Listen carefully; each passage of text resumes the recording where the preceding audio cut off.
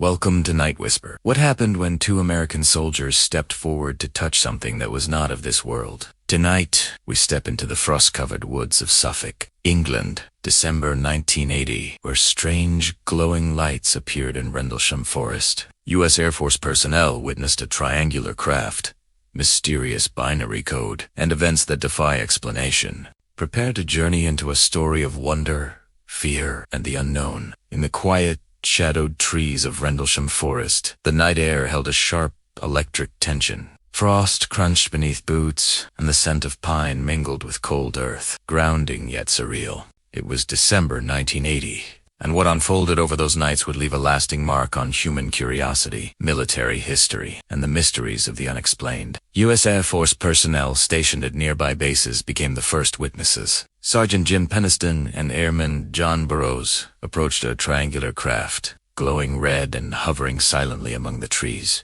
Penniston described touching its surface, feeling a warmth, a hum, and then an extraordinary sensation, a telepathic download of information encoded in a pattern of ones and zeros. Decades later, that binary code revealed coordinates to ancient sites like the pyramids of Giza and a cryptic message. Exploration of humanity, continuous for planetary advance. Origir 8100. Time and perception blurred in ways that challenged reason, leaving an imprint both physical and psychological. The forest itself seemed alive. Shadows twisted across the snow, leaves whispered in the wind, and the faint rustle of animals punctuated moments of tension. Lieutenant Colonel Charles Halt arrived on December 28th to investigate, recording an 18-minute audio capturing awe, confusion, and the eerie dance of red lights. Beams split across the forest floor. Instruments registered subtle radiation spikes, and the sky above seemed to pulse with something beyond ordinary perception. The world of mundane explanations strained under the extraordinary. Local responders initially attributed the lights to the Orford Ness Lighthouse, meteors, or even simple human error. But the consistency of multiple military accounts, along with physical traces, triangular impressions in the ground, burn marks, and minor radiation readings kept the event firmly in the realm of mystery. Skeptics debated, persisted.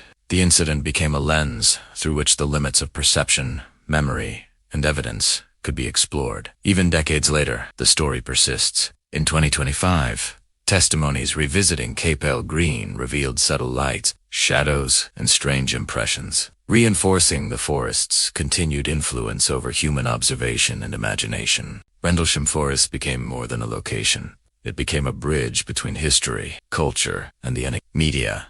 Documentaries, books, and tourism trails have preserved the memory, inviting new generations to walk where the lights once glowed. This is the story of Rendlesham, which will be viewed not only through the lens of scientific evidence, but also in the context of the fragility of human memory and their wonder. It is a story of wonder and fear, of curiosity and the unknown. Tonight, on Night Whisper, we explored these events, tracing the lights, the craft, the binary code, and the enduring mystery that continues to captivate the world. Step quietly into the forest, listen closely, and let the night whisper its secrets. It began quietly, the way strange stories often do, without warning, without reason, as if the night itself had chosen to remember something it could no longer explain. The air above the forest carried a stillness that was not ordinary stillness. It was the kind that made people pause, unsure if they were alone. The pines leaned inward, whispering in the December wind. Far away, the sea whispered back. It was 1980, and the world felt divided between silence and signal, between the Cold War above the clouds and the hidden warmth of men watching radar screens and secret bases. In Suffolk, two American bases shared a single nervous heartbeat of Bentwaters and Woodbridge. There were places that did not sleep, filled with radio hums, faint alarms, the smell of oil and iron, and young men who stared at stars through fences. Nuclear weapons rested under the soil there, unseen but not forgotten. Above them stretched the forest, wide and dark and strangely alive. The British called it Rendlesham. That night, just after Christmas, the 26th of December, the clocks whispered past 3 in the morning. The cold made the air sharp, every breath turning into small ghosts that faded before they could speak. A patrol moved along the SSgt group of American Air Force men who had grown used to routine, to silence, to the unchanging rhythm of their guard. But something broke that rhythm. At first, it looked like a streak across the sky, a falling star, or maybe a flare. The men froze, Tenid slowered, impossibly, descending into the forest, glowing white and red. One of them thought it might be a plane crash. They ran for their vehicles.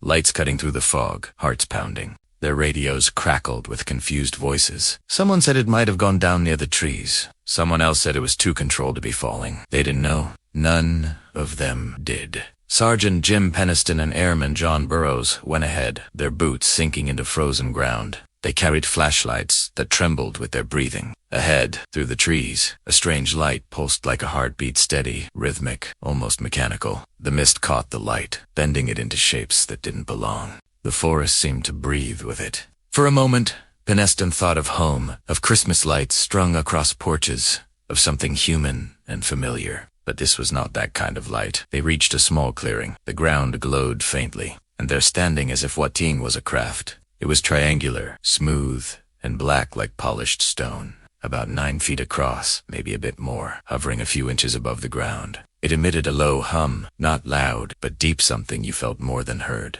Penniston felt static rise through his fingers as he moved closer. The air smelled of metal and ozone. The object's surface shimmered with faint blue and red, not like lights, but like veins of living color. Burroughs stayed back, his flashlight trembling on the edge of the craft. He later said the air itself seemed thicker near it, bending sound, slowing time. The trees leaned inward as though drawn by gravity that wasn't gravity. Penniston stepped forward and placed his hand on the hull. The moment his skin touched it, a side letter something passed through him, an image, or perhaps words without language. His vision filled with symbols, numbers, lines, binary, code, ones and zeros, spilling through his mind like rain. He didn't understand it. He only knew it wouldn't leave him. He took out a small notebook, hands shaking, and began to write. The air was alive with static. Burroughs shouted something Penniston couldn't hear. The object pulsed brighter, a silent flash that filled the clearing, then rose slowly, silently, as though lifting on invisible strings. It ascended between the trees, moved higher, then shot away so fast, it vanished before their eyes could follow. Then there was silence. The forest returned, ordinary and cold. Only the smell remained, burned soil and a faint electric taste in the air. They looked at each other, disbelieving. "Did you see that?" one said. "Yes," the other whispered, but neither could explain what that was. By dawn, the clearing was filled with voices. Officers, photographers, men with notebooks and Geiger counters. 3 triangular impressions were pressed into the frozen soil, forming a perfect equilateral shape, each point about 10 feet apart. Nearby, small burn marks spotted the bark of the trees. A radiation rating spiked slightly, 0.1 milliroentgens per hour, higher than the background, but not dangerously so. Enough, though, to make them uneasy. They collected samples. They measured. Again. They took photos that later vanished into files. Suffolk police arrived. They looked at the marks, shrugged, said they might be made by animals. The lights, they said, were probably from the Orford Nest lighthouse, on the coast 5 miles away, its beam cutting rhythmically across the horizon. It had fooled people before, but the men from Bentwaters knew what a lighthouse looked like. This was not that. The next night, the forest was restless again. Animals stirred and cried out. Men on patrol reported faint lights moving low through the trees, splitting apart, hovering silently. Some saw beams touch the ground like fingers of light searching. Others saw nothing and said the men were imagining things. By the 3rd night, Deputy Base Commander Lieutenant Colonel Charles Halt took charge. He wanted proof, or at least closure. He went out with a small team, recorders, light meters, radiation detectors. He brought a handheld tape recorder. As they moved through the forest, the machine clicked and hissed, capturing his voice, calm, measured, military. "We're seeing strange lights," he said, "about 10 degrees off the horizon. It's moving. It's coming this way." The tape caught their breaths, their footsteps, their surprise when one of the lights split into 3. They watched red and white orbs drift silently through the trees, one of them shining a beam straight down toward the weapons storage area. The men felt the air tremble again. One said it looked like the object was examining them. The tape ended with their confusion and awe. Later, Halt would write a memo dry, formal, careful. "Unexplained lights observed," it said. "Triangular depressions in ground. Beta-gamma readings." The language of the military could not hold the feeling of that night, the cold, the light, the quiet terror of not knowing. When they returned, The world outside kept turning. Reports were filed. Commanders dismissed it as nothing urgent. The Ministry of Defense received the memo weeks later, reviewed it, and declared no threat to national security. The case was closed, at least officially, but inside the base, stories spread like wind through wire fences. Some said there were photos that disappeared. Others whispered about interrogation rooms, classified briefings, health problems. Penniston couldn't sleep. The images still burned behind his eyes, lines of binary code that would not fade. He began writing them out, page after page, 16 in total. It was years before anyone would decode them. When the message stunned him. Exploration of humanity continuous for planetary advance, followed by coordinates to ancient sites, Nazca, Caracol, Saturna, and a cryptic phrase, Origin Year 810. Some said it was nonsense. Others said it meant travelers not from space, but from time. Burroughs grew sick in the years that followed. Heart issues, fatigue, memory loss. Decades later, the U.S. government acknowledged his radiation exposure, granting him veterans' compensation. He spoke carefully now, softly, as if afraid of saying too much. He remembered light, heat, confusion, and gaps in his memory that no hypnosis could fully repair. Lieutenant Colonel Halt stayed steadfast. He wrote an affidavit, years later, affirming his story. The lights, the beams, the movement over the nuclear bunkers. He said they were real. He didn't know what they were. He only knew they weren't stars or lighthouses. Outside the bases, the world found out slowly. The story leaked in 1983, splashed across tabloids and talk shows. UFO lands in Suffolk Forest. Some, low. Others listened. For believers, it was Britain's Roswell. For skeptics, it was an exercise in misperceptional lighthouse beams, bright meteors, distant stars, and military tension blending into illusion. Ian Ridpath, an astronomer, mapped the lights and proved that the timing of the Orford Ness beam matched the reported flashes. It was, he said, a trick of perspective, a simple, earthly cause. But simple answers never stop the questions. By the time the Freedom of Information Act released documents in the 1990s, the story had become something larger. Books were written. Pilgrims came to the forest to walk the UFO trail marked by wooden posts and small signs. They followed the path to the clearing where the craft was said to land.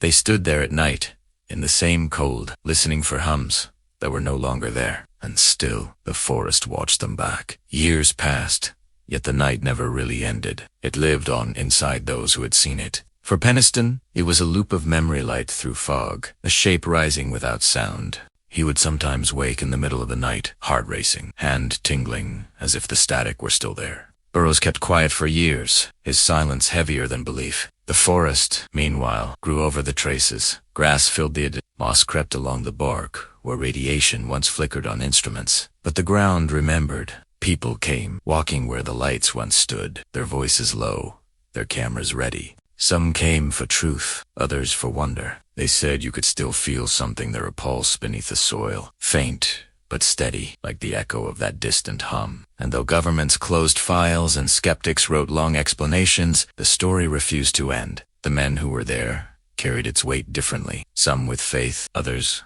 with doubt. And far above, in the sky that had once burned white over the forest, the stars watched in silence as if they, too, were keeping a secret.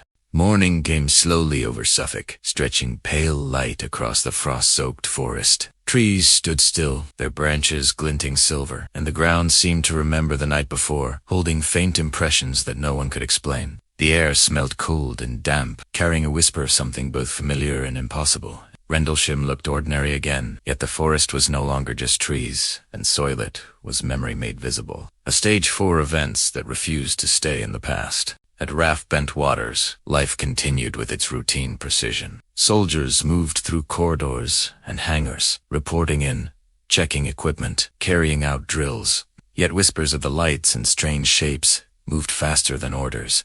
By evening, almost everyone had heard the story, how Sergeant Jim Penniston had touched the craft, how Airman John Burroughs had seen it lift silently into the sky, how red beams had shot through the trees. Some laughed nervously, some lowered their voices, and some simply stared at the darkening sky, wondering what they had missed. Lieutenant Colonel Charles Halt, deputy commander of the base, was not a man given to fear. His life had been built on order and verification, on making sense of reports and following procedure. But by the second night, Reports came again, lights dancing among the pines, glowing red and white, moving as if alive. Halt decided he must see for himself. He gathered a small team and walked into the forest.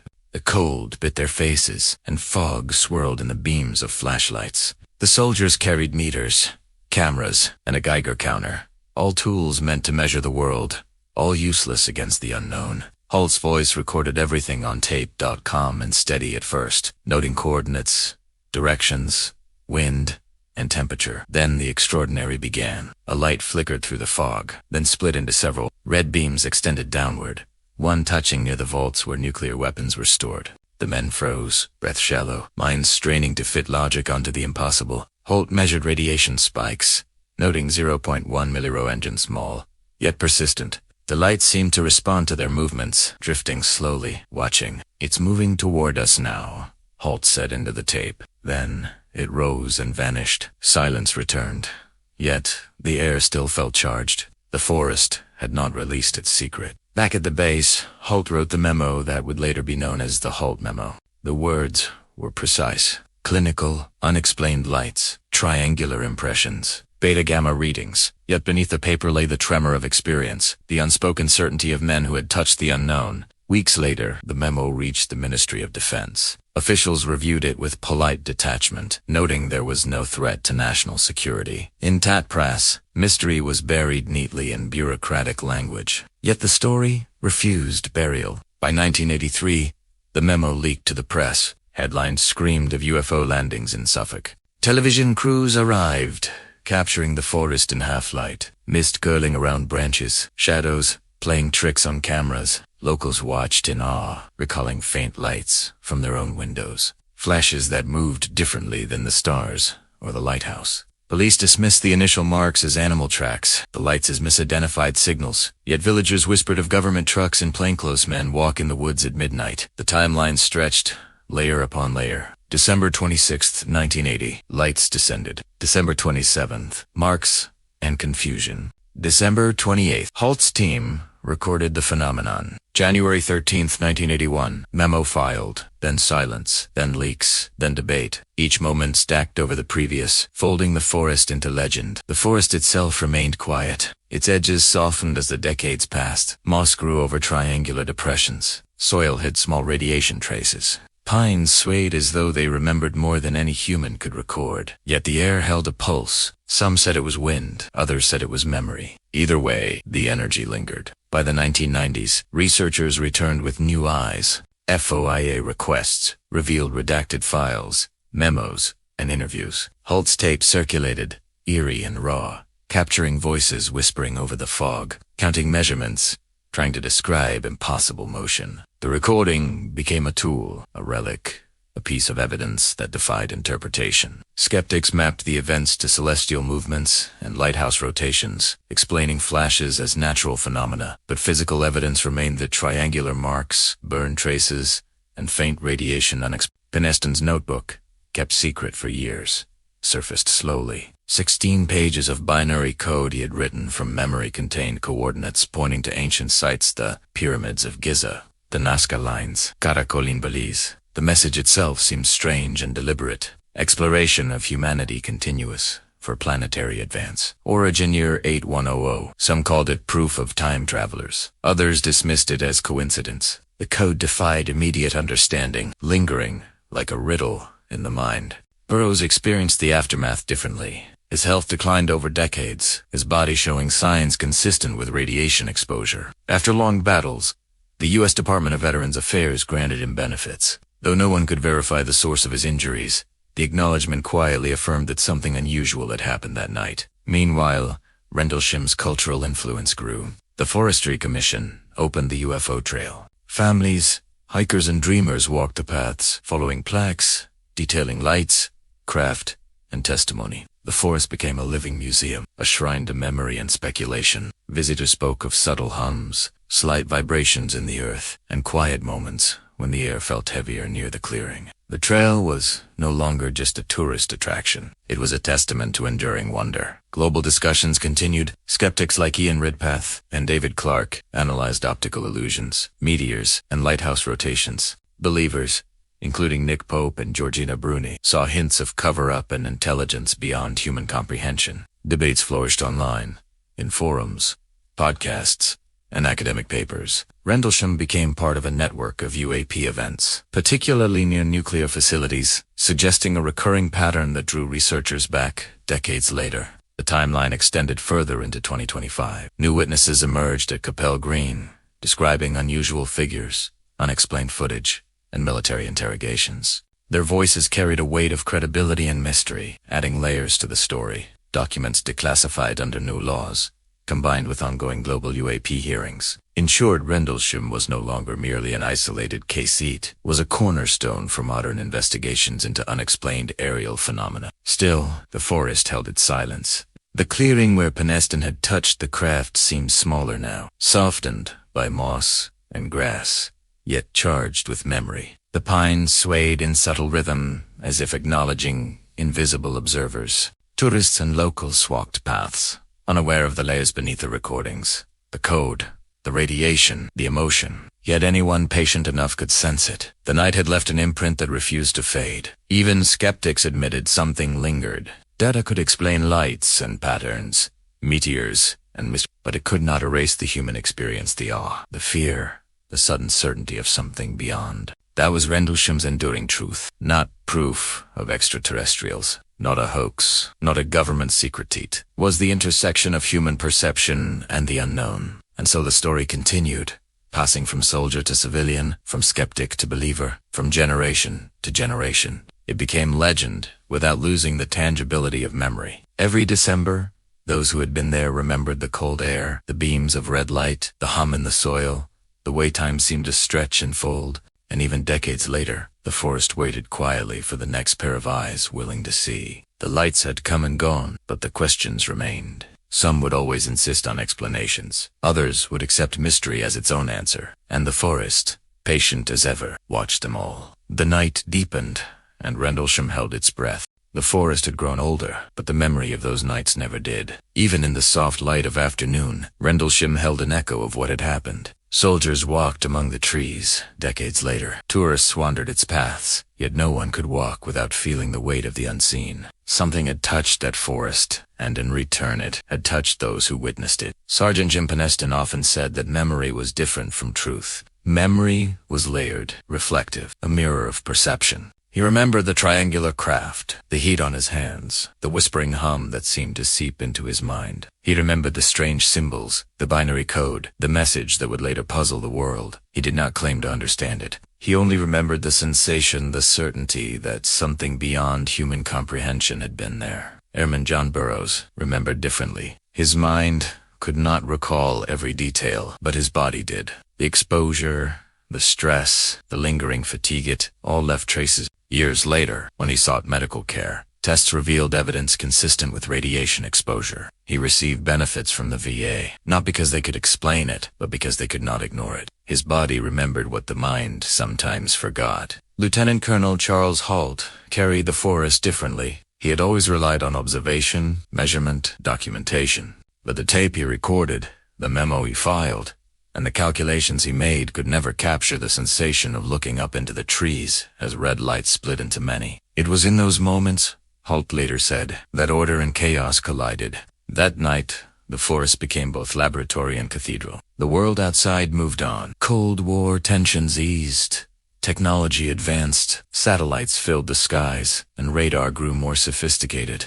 Yet Rendlesham remained a point of intrigue. Skeptics mapped flashes to the Orfordness Lighthouse, to a meteor visible across southern England. Others explained the impressions in the soil as animal tracks, or misreadings of instruments. Logical explanations existed, but they failed to erase the experience. Time brought perspective. By the 1990s and early 2000s, researchers and journalists revisited the case. FOIA requests opened files, revealing interviews, memos, and partial radar logs. Scholars debated psychological factors, stress, expectation, and perception shaping what was seen. Yet amid the analysis, a core remained undeniable. Something happened, something that ordinary explanations could not fully encompass. The forest began to tell its own story.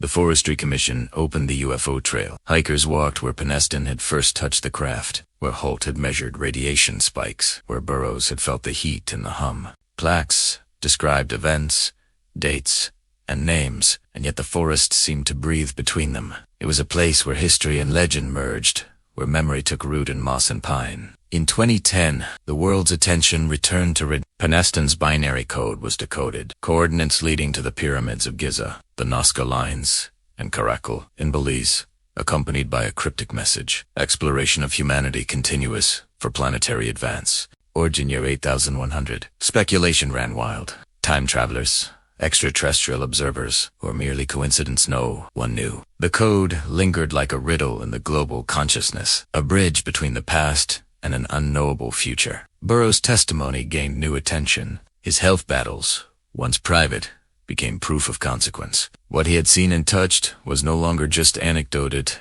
had measurable, lasting impact. Recognition was slow, but it came. And in that acknowledgement, the line between witness and believer blurred, revealing the humanity beneath the story. Cultural impact grew. Books and documentaries dramatized the event. Films reenacted the scene, often with artistic license, but always capturing the tension of expectation and fear. Online forums buzzed with debate. Skeptics challenged the story with charts, maps, and astronomy. Believers shared interviews, photos, and code. The forest, silent and ancient, remained the only constant. Rendlesham became more than a sighting. It became reflection. It asked not only what was seen, but how it was perceived. It revealed the human mind in collision with the unknown, the way expectation, fear, and awe intertwine. The forest and its lights were teachers, patient and unyielding, reminding observers that comprehension was never guaranteed. In Suffolk, locals learned to live with the legend. Tours brought visitors who marveled at the clearing, felt the chill in the air, and imagined the lights that had split among the trees. Children grew up with stories, some afraid, some excited, all aware that Rendlesham held something beyond the ordinary. Even for those who never saw the craft,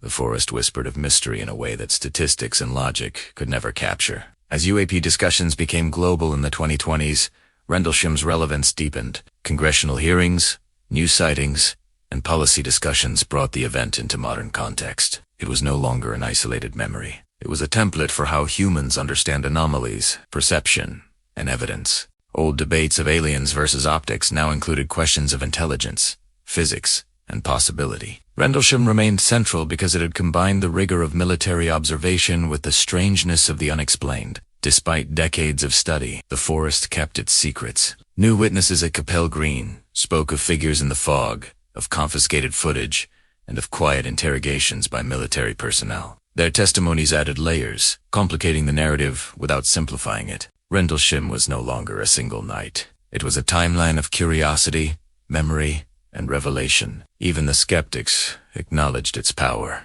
The site challenged assumptions, demanding critical thought and humility. One could map the lights, calculate angles, track meteors, but they did not capture the trembling in the air, the hum underfoot, or the sense of being watched. Those elements defied measurement, yet remained undeniable for those present. Time layered itself over the forest. In winter, frost formed patterns on pine needles, where red light had once reflected. Moss grew over the triangular depressions, softening them without erasing their geometry. The clearing, though quiet, held the memory of heat, of static, of silence that spoke louder than words. Even in death, the witnesses became part of the story. Penniston's notebook, Burroughs' testimony, Halt's recordings, they transformed from personal artifacts to public legacy. Museums and archives preserved them, yet the forest remained the primary witness, unchanged in its patience. The meaning of Rendlesham shifted subtly over decades. Initially, it was fear and wonder intertwined. Later,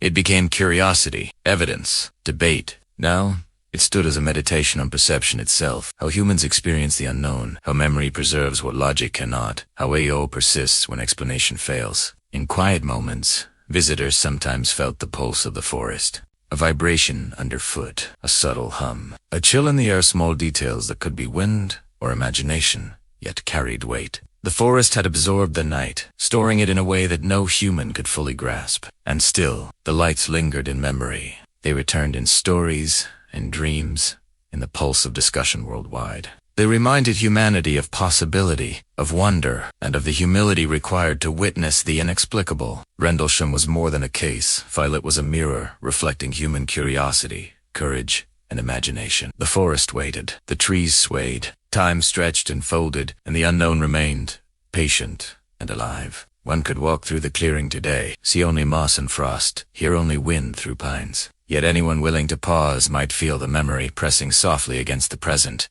like a heartbeat beneath the soil. Rendlesham did not need believers. It needed witnesses. The night never truly ended. It only shifted, becoming legend, history, and reflection all at once. The years passed, but the forest did not forget. Frost coated the pine needles in winter, and sunlight filtered through leaves in summer. Yet the clearing remained a place of quiet tension, a place where time itself seemed to bend. Those who had been there remembered each shadow, each flicker of light, each sensation of the cold night air pressing against skin and mind alike. Even decades later, Rendlesham felt alive in a way that no ordinary forest could. After the initial sightings, life at Bentwaters and Woodbridge returned to routine, but the memory of the lights lingered. Soldiers spoke quietly in barracks, their voices low, careful. Some dismissed it as stress or misperception. Others felt the echo of something beyond comprehension. Lieutenant Colonel Charles Halt documented it all, precise and unemotional on paper, yet the tremor of disbelief ran through every sentence. When he walked the forest at night, recorder in hand, the air seemed to hum with anticipation, as if the trees themselves remembered. The media eventually caught wind of the story. In the early 1980s, newspapers printed headlines filled with fear and speculation. Television crews arrived to capture fog curling around the trees, shadows dancing along the forest floor. Locals remembered faint lights from windows or flashes on the horizon, unconnected yet eerily aligned with the reports from the military. Some recalled unexplained marks in the soil, others the unusual agitation of animals that roamed the woods at night. Every testimony added a brushstroke to the growing portrait of mystery. By the 1990s, Rendlesham had entered public consciousness as one of the most credible UFO cases in the world. The Ministry of Defense files, slowly declassified, revealed memos, witness reports, and summaries of radiation readings. Skeptics meticulously mapped the lights to the Orfordness lighthouse or meteor activity. Yet tangible evidence remained: triangular indentations in the ground, faint burn marks, and radiation levels inconsistent with ordinary background readings. For researchers, the case became a study not only of anomalous phenomena, but of human perception under stress, of how fear, expectation, and awe interact. The story was revisited in documentaries, books, and radio programs. Each retelling added layers. Penniston's binary code was decoded in 2010, pointing to ancient sites like the pyramids of Giza, the Nazca Lines, and Caracal in Belize. The message was cryptic: exploration of humanity continuous for planetary advance. Origin year 8100. Scholars debated its meaning. Some suggested time travelers, others deliberate symbolism. The truth remained elusive, the message tantalizingly close, yet incomprehensible. Burroughs' health had suffered as a result of that night. Radiation exposure, stress, and the uncertainty of the event left physical and psychological marks. His struggle was a quiet testimony to the lingering impact of unexplained phenomena on ordinary humans. Recognition, slow and bureaucratic, came only in the form of VA benefits and medical documentation. Yet the human element of the story, the fear, the egg, the enduring curiosity was impossible to codify. The cultural impact was profound. Suffolk became a place of pilgrimage for enthusiasts, tourists, and dreamers alike. The UFO trail, created along the paths of memory, brought the story to life for generations who had not witnessed the lights. Plaques described events in measured language, yet the forest itself seemed to carry memory in the sway of the trees, the coolness of the air, and the rhythm of the soil beneath one's feet. Visitors often described a sensation of being observed, not threateningly, but knowingly, as though the forest remembered the events it had witnessed and quietly acknowledged those who walked among its shadows. As technology advanced, the case gained new relevance. Digital forums, podcasts, and social media brought Rendlesham to a global audience. Skeptics debated the light patterns, the timing, the physical evidence. Believers emphasized testimony, recordings, and unexplained codes. Each layer of discussion reflected human attempts to wrest order from the unknown. Yet the forest remained a silent participant, neither confirming nor denying, holding its secret with patient indifference. In the 2020s, official attention returned. The U.S. Congress held hearings on UAPs. Military pilots spoke openly about encounters that defied explanation, and declassified reports highlighted patterns of activity near nuclear facilities.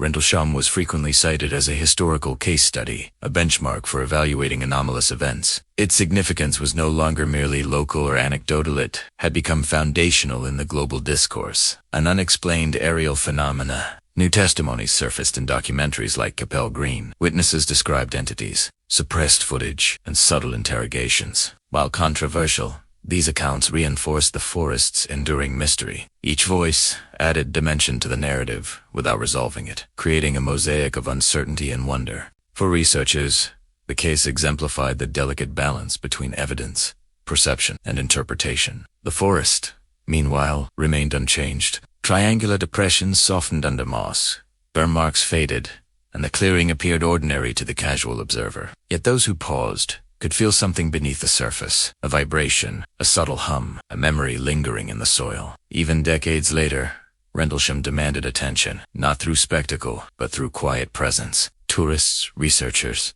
and veterans walked the paths, each carrying their own lens of perception. Children imagined lights dancing between trees. Artists painted scenes of fog and glow. Historians catalogued dates and reports. Psychologists studied perception and stress. Each approach illuminated part of the forest's story, yet none captured it entirely. The truth, like the clearing at dusk, remained partially hidden, inviting reflection and wonder. Time layered itself over the event. Frost, rain, wind, and sun marked the seasons. Yet the memory of the night persisted, carried in recordings, notebooks, interviews, and conversations. Penniston's notes remained a silent testament to human curiosity, while Burroughs' story reminded the world that experience could leave lasting marks. Halt's recordings, now analyzed with modern technology, revealed subtle frequencies, low hums beneath static, hints of structure that the human ear might not discern. The forest,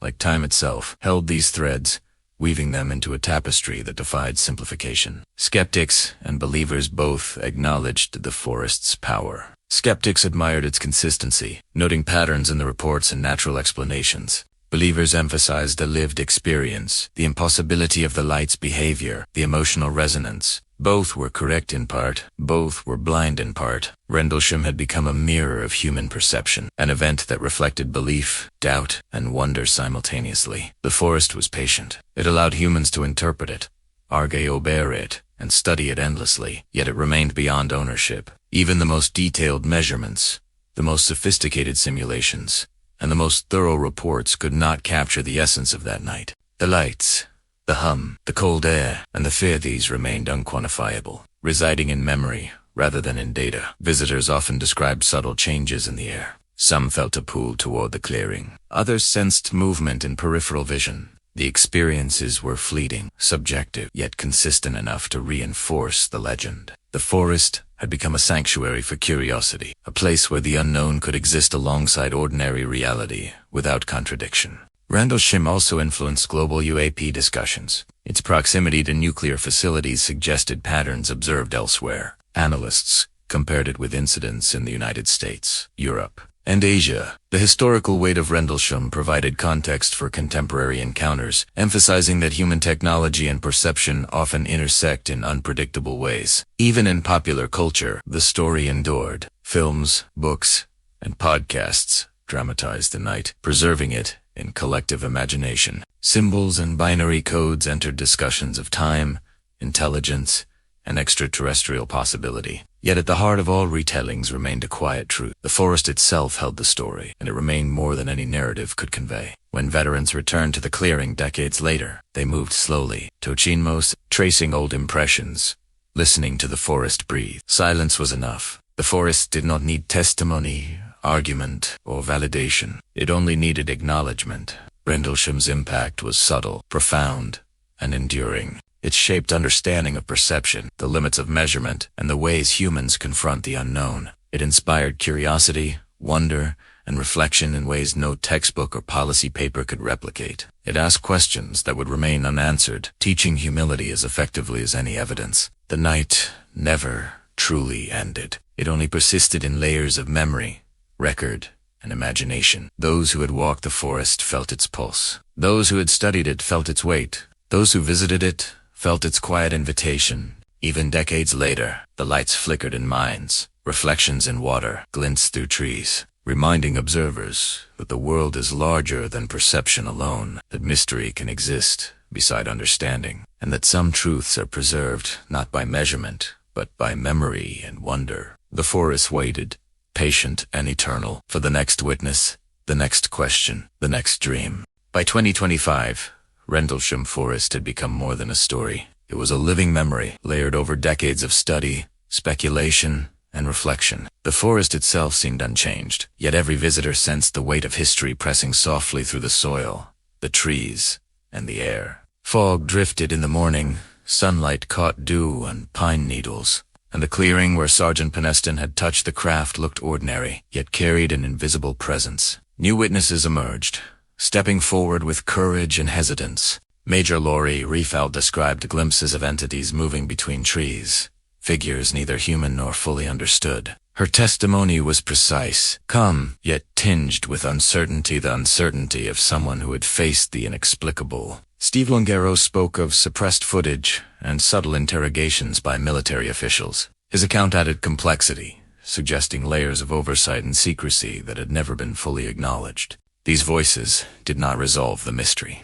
They deepened it, revealing that Rendlesham was a story that grew over time, one that could not be confined to a single night or report. Across the world, the case influenced discussions on UAPs, particularly near nuclear sites. Analysts noted patterns, unexplained activity near strategic locations, sometimes followed by radiation readings or physical traces. Rendlesham became a model for observation, illustrating the intersection of human vigilance, security protocols, and phenomena that could not be explained by current technology. The forest was a benchmark, a reference point for anyone attempting to study anomalies with rigor and openness. Yet the human side of the story remained at its core. The men and women who had experienced the event carried marks physical, psychological, and emotional. Penniston's binary code continued to fascinate. The coordinates led to ancient sites, suggesting intent, awareness, or knowledge beyond contemporary human understanding. The cryptic message hinted at exploration, continuity, and perhaps even temporal perspective. A whisper from a mind that transcended decades or centuries. It challenged humans to imagine intelligence on scales beyond comprehension. Burroughs' story remained quiet, but powerful. His health issues, tied to the events, reminded everyone that contact with the unknown was not without consequence. Recognition from the VA was delayed, but significant, validating experience in a world that often demands proof before empathy. His life became testimony not only to the event itself, but to the human cost of unexplained phenomena. Fear, uncertainty, and endurance. In Suffolk, the community embraced its role in the story. The UFO trail attracted thousands each year, bringing tourism and curiosity together. Families walked where soldiers had once patrolled at night. Artists painted fog-laden scenes of the clearing. Writers captured the mood of the forest in novels and essays. The narrative became cultural as much as it was historical, a story of human imagination, memory, and the tension between logic and wonder. The forest seemed to respond to attention. Visitors often described subtle sensations, a cold brush of air, a low hum beneath the soil, a sense of being observed. Such experiences were difficult to measure, yet consistent enough to suggest that Rendlesham had preserved its own memory, independent of human records. People did not need to believe in aliens or time travelers to feel the forest's presence. They needed only to be patient, to notice, and to listen. Technological advancements added a new layer. AI and audio analysis allowed researchers to isolate frequencies from Halt's original recordings, revealing subtle tonal patterns beneath the static. Some argued it was interference or equipment error. Others suggested deliberate communication, a signal hidden beneath perception. Whether intended or accidental, these discoveries reminded the world that even decades-old events could yield new insights when approached with modern tools. Global UAP hearings in 2025 referenced Rendlesham repeatedly. The event, once local and classified, was now part of a worldwide conversation. Analysts debated causes and implications, misperceptions, psychological phenomena, experimental craft, non-human intelligence. None could fully explain the combination of credible military testimony, physical traces, and unexplained visual phenomena. Rendlesham served as a case study in patience, in maintaining openness while demanding rigor. Cultural impact deepened further. Documentaries highlighted new witness accounts, revealing perspectives that had previously been hidden. The story transcended sensational headlines, inviting reflection on humanity's relationship with the unknown. Rendlesham became a symbol not of aliens,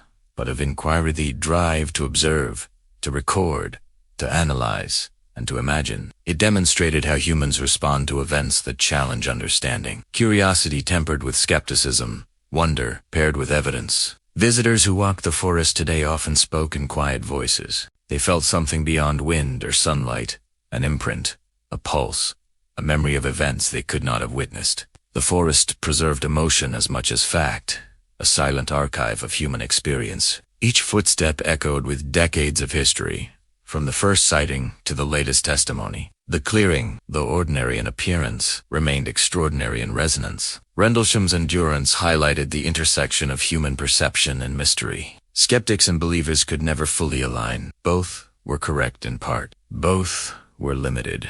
The lights, the binary code, the impressions in the soil, and the recordings persisted, yet the essence of the event remained lying between memory, observation, and imagination. Artists continued to find inspiration. Painters, sculptors, and musicians explored Rendlesham through mediums that could not capture fact alone. Light, shadow, and sound became their language. In some ways, these artistic interpretations communicated more truth than reports or analyses, because they reflected the emotional weight of witnessing the inexplicable. The forest, patient and indifferent, held all perspectives. Scientific reports, binary codes, and witness testimonies were layered over decades. Yet, the clearing waited quietly for the next observer. Each visitor, consciously or not, became part of its narrative. Even those skeptical of the lights or phenomena contributed to the story, because Rendlesham reflected not just external events, but human response, doubt, wonder, fear, and courage. Rendlesham also challenged time itself. Penniston's code suggested a reach beyond centuries, a connection between present and distant past. The coordinates and message were a reminder that observation is not bound to the immediate, that awareness can exist across time in ways humans cannot yet comprehend. For scientists and philosophers alike, it was a call to consider intelligence beyond their temporal frame, to imagine knowledge and exploration as continuous rather than constrained. The night itself became a teacher. Silence, darkness, and the rustle of trees preserved the subtle details that could never be fully recorded. The slight hum underfoot, the cold breath of air, the movement of shadows. Memory, perception, and reality intertwined. The forest was a place where human understanding met limits, where logic reached its boundary, and where imagination remained a necessary companion. Even decades later, the forest invited reflection. Visitors walked slowly, pausing to feel the ground beneath their feet, listening for sounds the eye could not see. Researches recorded, analyzed, and debated, yet the forest remained patient, allowing no one to claim full authority over its story. Every new account, every retelling, every decoding attempt was absorbed into its narrative. In Suffolk, the legend of Rendlesham became inseparable from the place itself. Fog, sunlight, and shadow carried layers of history. The forest transformed from a site of fleeting events into a space for contemplation, reflection, and wonder. It was a mirror of human curiosity, an archive of experience, a place where mystery persisted alongside evidence. Rendlesham teaches patience. It teaches humility. It teaches that observation alone cannot always yield certainty. The clearing is ordinary in form, yet extraordinary in meaning. The lights may have vanished, yet their resonance remains. The code may remain partially understood, yet its presence challenges humans to think beyond the present. And the forest waits, quiet, patient, eternal, offering only invitation and reflection. The night never truly ended. It folded into memory, into testimony, into culture, and into the minds of all who encountered it. Rendlesham's story was not simply about a night in December. It was about humanity's encounter with the unknown, about courage in observation, and about the enduring pursuit of understanding. Even today, if one stands in the clearing at twilight, a faint glow might seem to shimmer among the trees. It could be sunlight catching dew, a distant lighthouse, or mere imagination. Yet for those willing to listen, to pause, to consider, the forest whispers the same truth it has carried for decades. that the unknown exists, patiently, quietly, and always inviting discovery. Time passed differently for those who had been in the forest that December. For Sergeant Jim Penniston, memory was a landscape of sensation as much as fact. The touch of the triangular craft lingered in his fingers, an imprint of heat and electricity, a hum that seemed to echo in the bones. He remembered staring at the symbols, their geometry strange yet precise, and sensing that the universe had extended a quiet invitation. He had written the binary code on paper, not fully understanding its meaning, yet certain that some intelligence, human or otherwise, had spoken through the experience. Airman John Burroughs recalled the nights with a mix of fear and reverence. Some moments were vivid, as if the forest itself had frozen them in time. Others remained hazy, shadows on the edge of memory. His body remembered what his mind sometimes could not. The subtle warmth of a hovering object, the hum that vibrated in the air, the faint tingle on skin and hair. His health suffered quietly, a lingering evidence that the encounter had been tangible, corporeal, and unavoidable. Recognition through VA benefits confirmed his ordeal, yet did not explain it. Lieutenant Colonel Halt carried the weight differently. For him, the recordings, measurements, and memo were tools to bring order to an otherwise unordered night. Yet beyond the numbers, he could not erase the wonder, the fleeting awe of observing something moving beyond comprehension. Listening to his own tape, he sometimes caught the tremor in his voice, the uncertainty, the curiosity, the subtle thrill of recognition that the universe had something to reveal, even if only for a moment. Other witnesses, like Airman Ed Kabonsig and Sergeant Adrian Bustinza, recalled the experience as a blend of fear and fascination. They spoke of beams of red and white light splitting through the trees, of shapes that hovered impossibly, of sounds that defied description. Airman Larry Warren's account, though disputed, added yet another layer, an entity, humanoid but not human, moving among the clearing. Some dismissed it as exaggeration. Others noted that fear and adrenaline could distort perception, yet they could not explain why the experience had left such lasting marks on the psyche of all present. Even local responders remembered. Suffolk police and neighbors spoke of unusual marks in the soil, strange movements of lights, and unexplained behavior of animals. While official reports often dismissed these observations as ordinary phenomena, the human element persisted. Everyone involved had felt the tension between rational explanation and instinctive recognition that something extraordinary had occurred. Over the years, reflections deepened. Witnesses spoke not only of what they had seen, but of how it had changed them. The forest had instilled patience,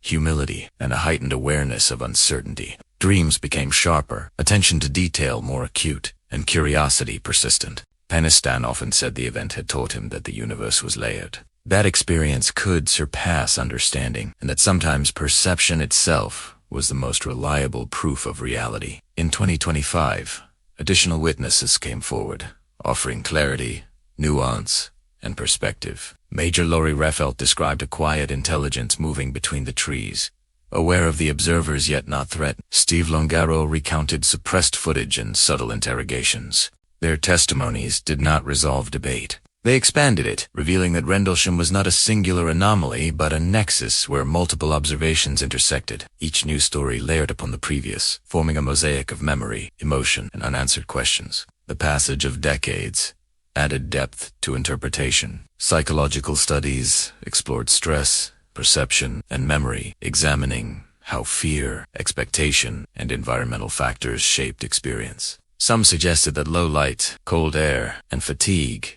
could magnify ordinary phenomena into extraordinary visions. Others noted that physical evidence, triangular indentations, burn marks, and radiation spikes pointed to events beyond mere misperception. In the forest, however, no analysis could fully replace the sensation of standing beneath the pines, feeling the forest's quiet pulse. The cultural footprint of Rendlesham grew. Tourism brought families to the UFO trail, where they walked paths once patrolled by soldiers. Artists captured the fog and red glows in paintings and films. Writers dramatized the nights, emphasizing emotion over fact, yet preserving essence. Each visitor contributed to the story, consciously or unconsciously. The forest became a living archive, preserving perception alongside history. Even skeptics admitted the event is a significanza, while debates persisted over lighthouses, meteors, and psychological factors. The multiplicity of witnesses, recordings,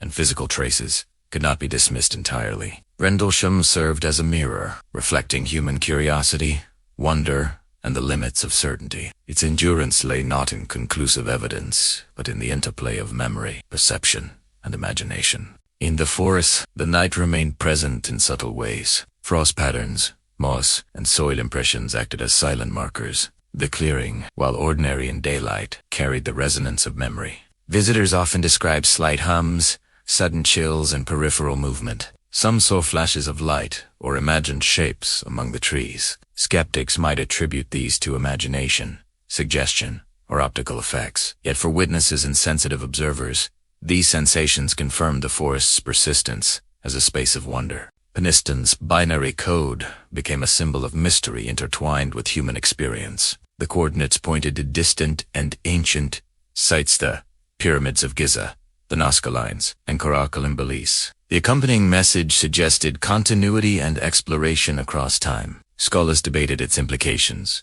ranging from time travel to extraterrestrial observation. Regardless of interpretation, the code inspired reflection. Humanity was not alone in its curiosity.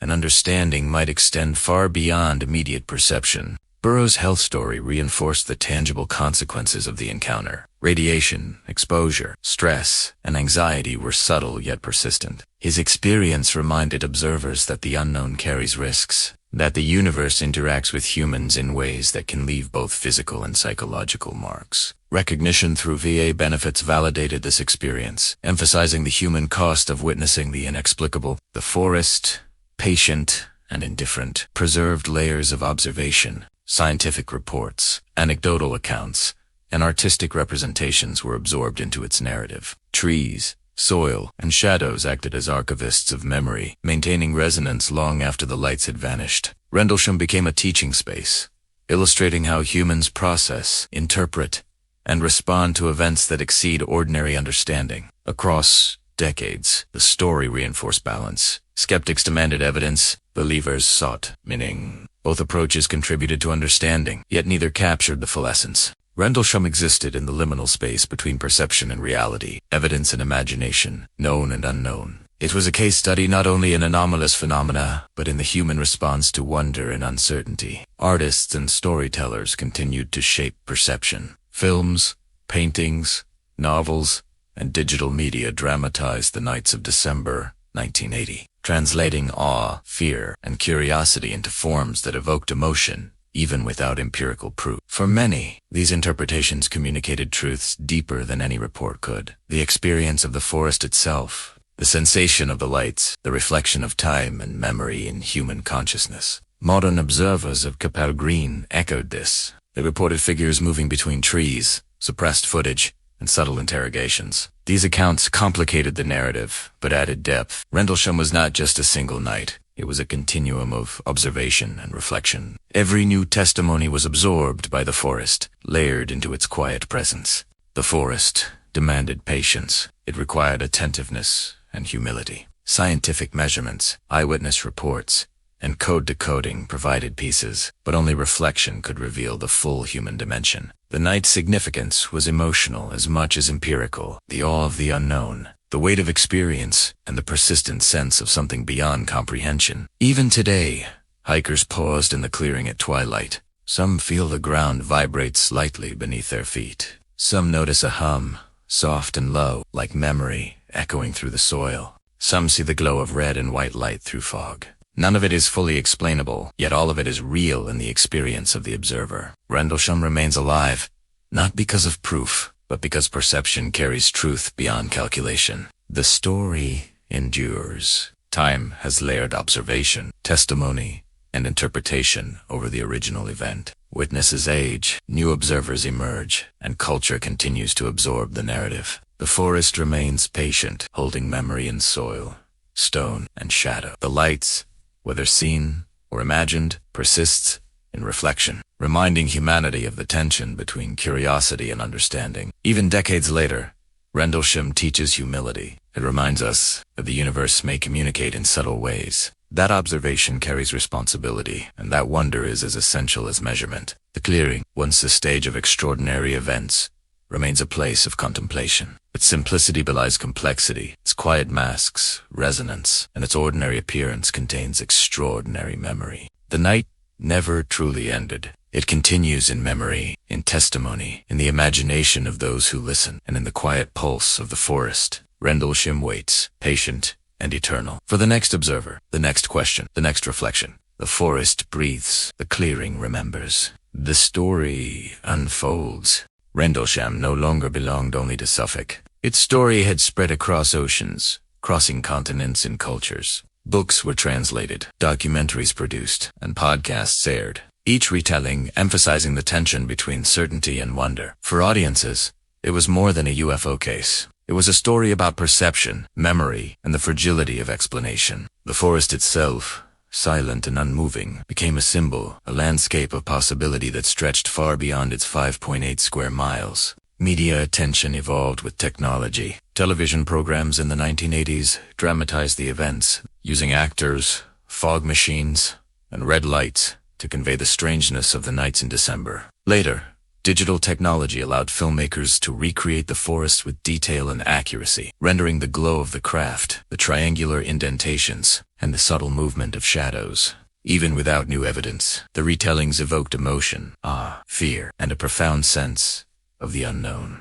Documentaries like Capel Green revisited witnesses decades later. Penniston described the sensation of touching the craft and receiving the binary code. Burroughs reflected on the lingering impact on his health. Halt played segments of his tape, revealing the human voice trembling under uncertainty. New witnesses, previously suppressed or hesitant, offered perspectives that expanded the narrative. Entities glimpsed in the fog, footage quietly confiscated, subtle investigations by military personnel. Every testimony layered complexity upon the story, demonstrating that Rendlesham was a living event, not a static report. Global researchers examined patterns. Rendlesham became a case study for UAP encounters near nuclear sites, a benchmark in anomaly studies. Patterns in other countries suggested that unexplained aerial phenomena were not isolated, but interconnected in ways not yet understood. Analysts noted similarities in behavior, radiation readings, and witness experiences. The forest was the beginning of a broader inquiry, one that extended beyond geography into policy, psychology,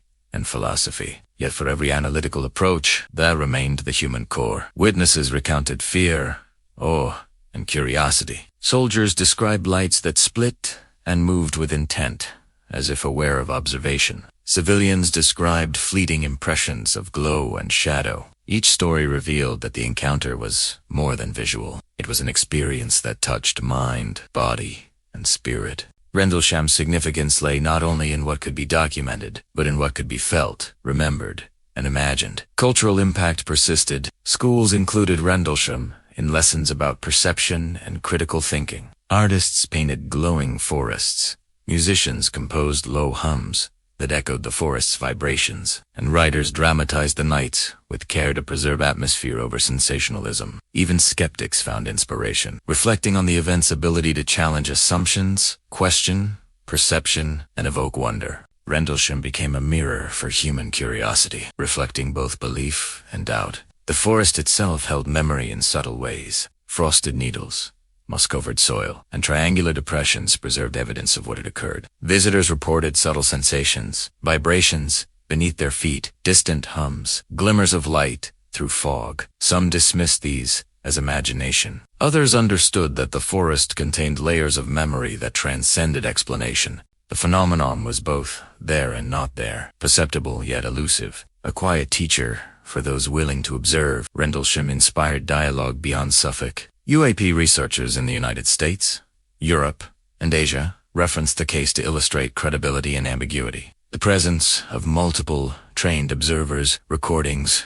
and physical traces provided a template for study. The event was debated in academic journals, policy papers, and think tanks. It bridged skepticism and belief, science and wonder, fact and perception. Media continued to dramatize the narrative. Visual effects rendered red glows splitting in the forest, triangular indentations appearing in mist, and lights moving impossibly fast. Interviews captured the tremor in witness voices decades later, revealing the human dimension that reports alone could not convey. The blending of fact and art reflected Rendlesham itself, something tangible yet partially unreal, factual yet dreamlike. Global audiences responded with curiosity and reflection. Online forums erupted in discussion. Some emphasized practical explanations, lighthouses, meteors, optical illusions. Others suggested non-human intelligence or temporal observation. No single interpretation could satisfy everyone, yet all discussions kept the story alive. Rendlesham became a touchstone for exploring uncertainty, illustrating that some experiences resist simplification. The forest remained central.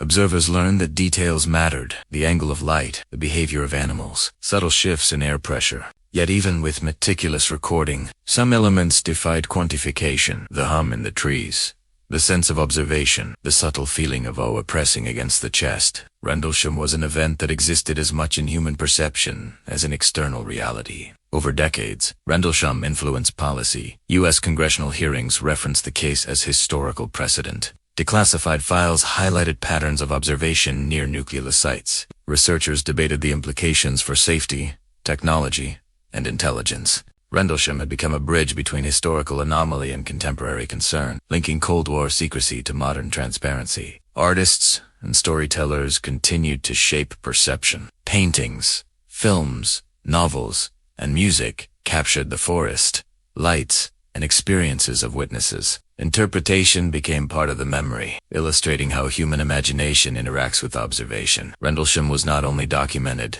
it was experienced, recreated, and internalized across media and minds. The forest preserved all perspectives. Scientific reports, testimonies, artistic interpretations, and cultural reflections were absorbed into its quiet presence. Each footstep along the UFO trail layered memory over memory. Each reflection deepened understanding, even as full comprehension remained impossible. Rendlesham had become a space where observation, imagination, and reflection coexisted. Even skeptics acknowledged its resonance. They might attribute lights to lighthouses or meteors, radiation spikes to background anomalies, and memory distortions to stress. Yet none could erase the human, experienced, the fear and fascination that persisted among all who had witnessed or studied the event. The forest held that experience, patient and silent. Visitors still spoke of subtle phenomena. Cold brushes of air, low hums, and the faint glint of light suggested the forest remembered. Whether interpreted as memory or imagination, the experience was consistent. The clearing remained a site of observation, reflection,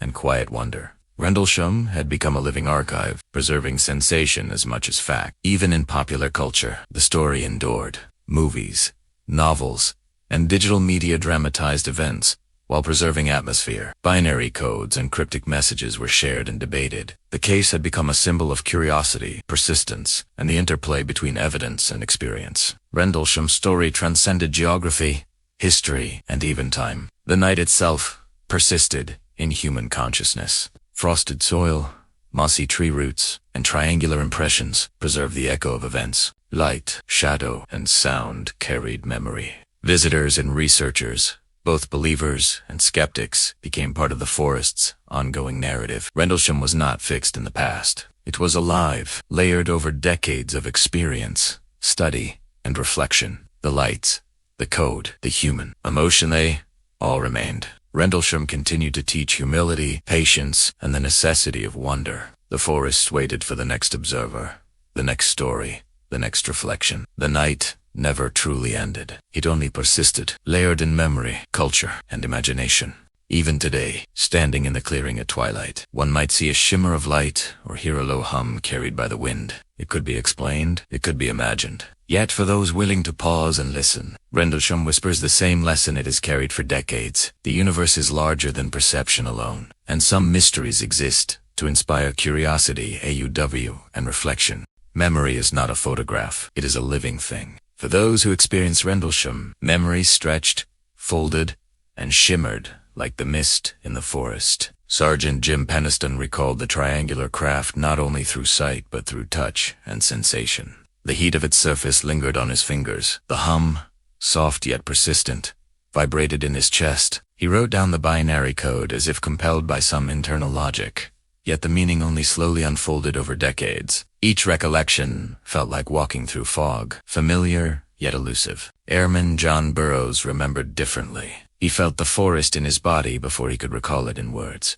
Cold seeped through his uniform. Wind whispered between trees, and the sensation of something immense hovering just out of vision pressed on him. Some details remained vivid, the red lights splitting, the movement of objects that defied normal physics. Others were fragmented, hazy, distorted. His mind tried to stitch fragments into coherence, yet sometimes the stitches unraveled, leaving only feeling. Lieutenant Colonel Halt's recollection was disciplined, but not immune to uncertainty. His tape-recorded observations, measurements, and voices, yet even he could not capture the full weight of the moment. In quiet reflection, he remembered the awe and disbelief, the strange quiet between flashes of light, the subtle suggestion that the universe had spoken in a language just beyond understanding. Memory carried not only fact, but emotion, layering observation with wonder. Other witnesses described similar phenomena. Airman Ed Cabansog felt anticipation in the air, tension pressing down with every flash.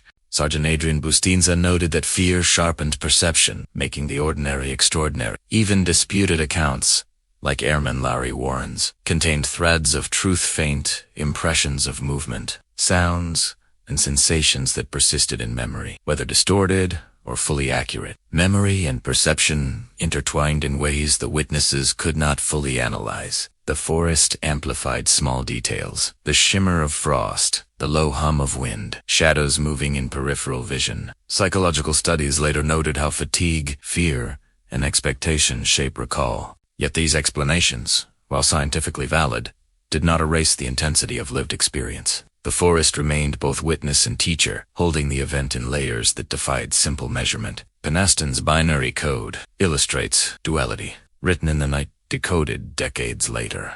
It revealed coordinates to ancient sites, the pyramids of Giza, the Nazca Lines, Caracol in Belize. A message accompanied the code, exploration of humanity continuous, for planetary advance. Origin year, 8100. Scholars debated whether the message suggested time travel, advanced intelligence, or symbolic instruction. Its origin remained mysterious, yet its impact on human thought was profound. Memory had preserved perception, perception had created record, and record now intersected with culture, science, and philosophy.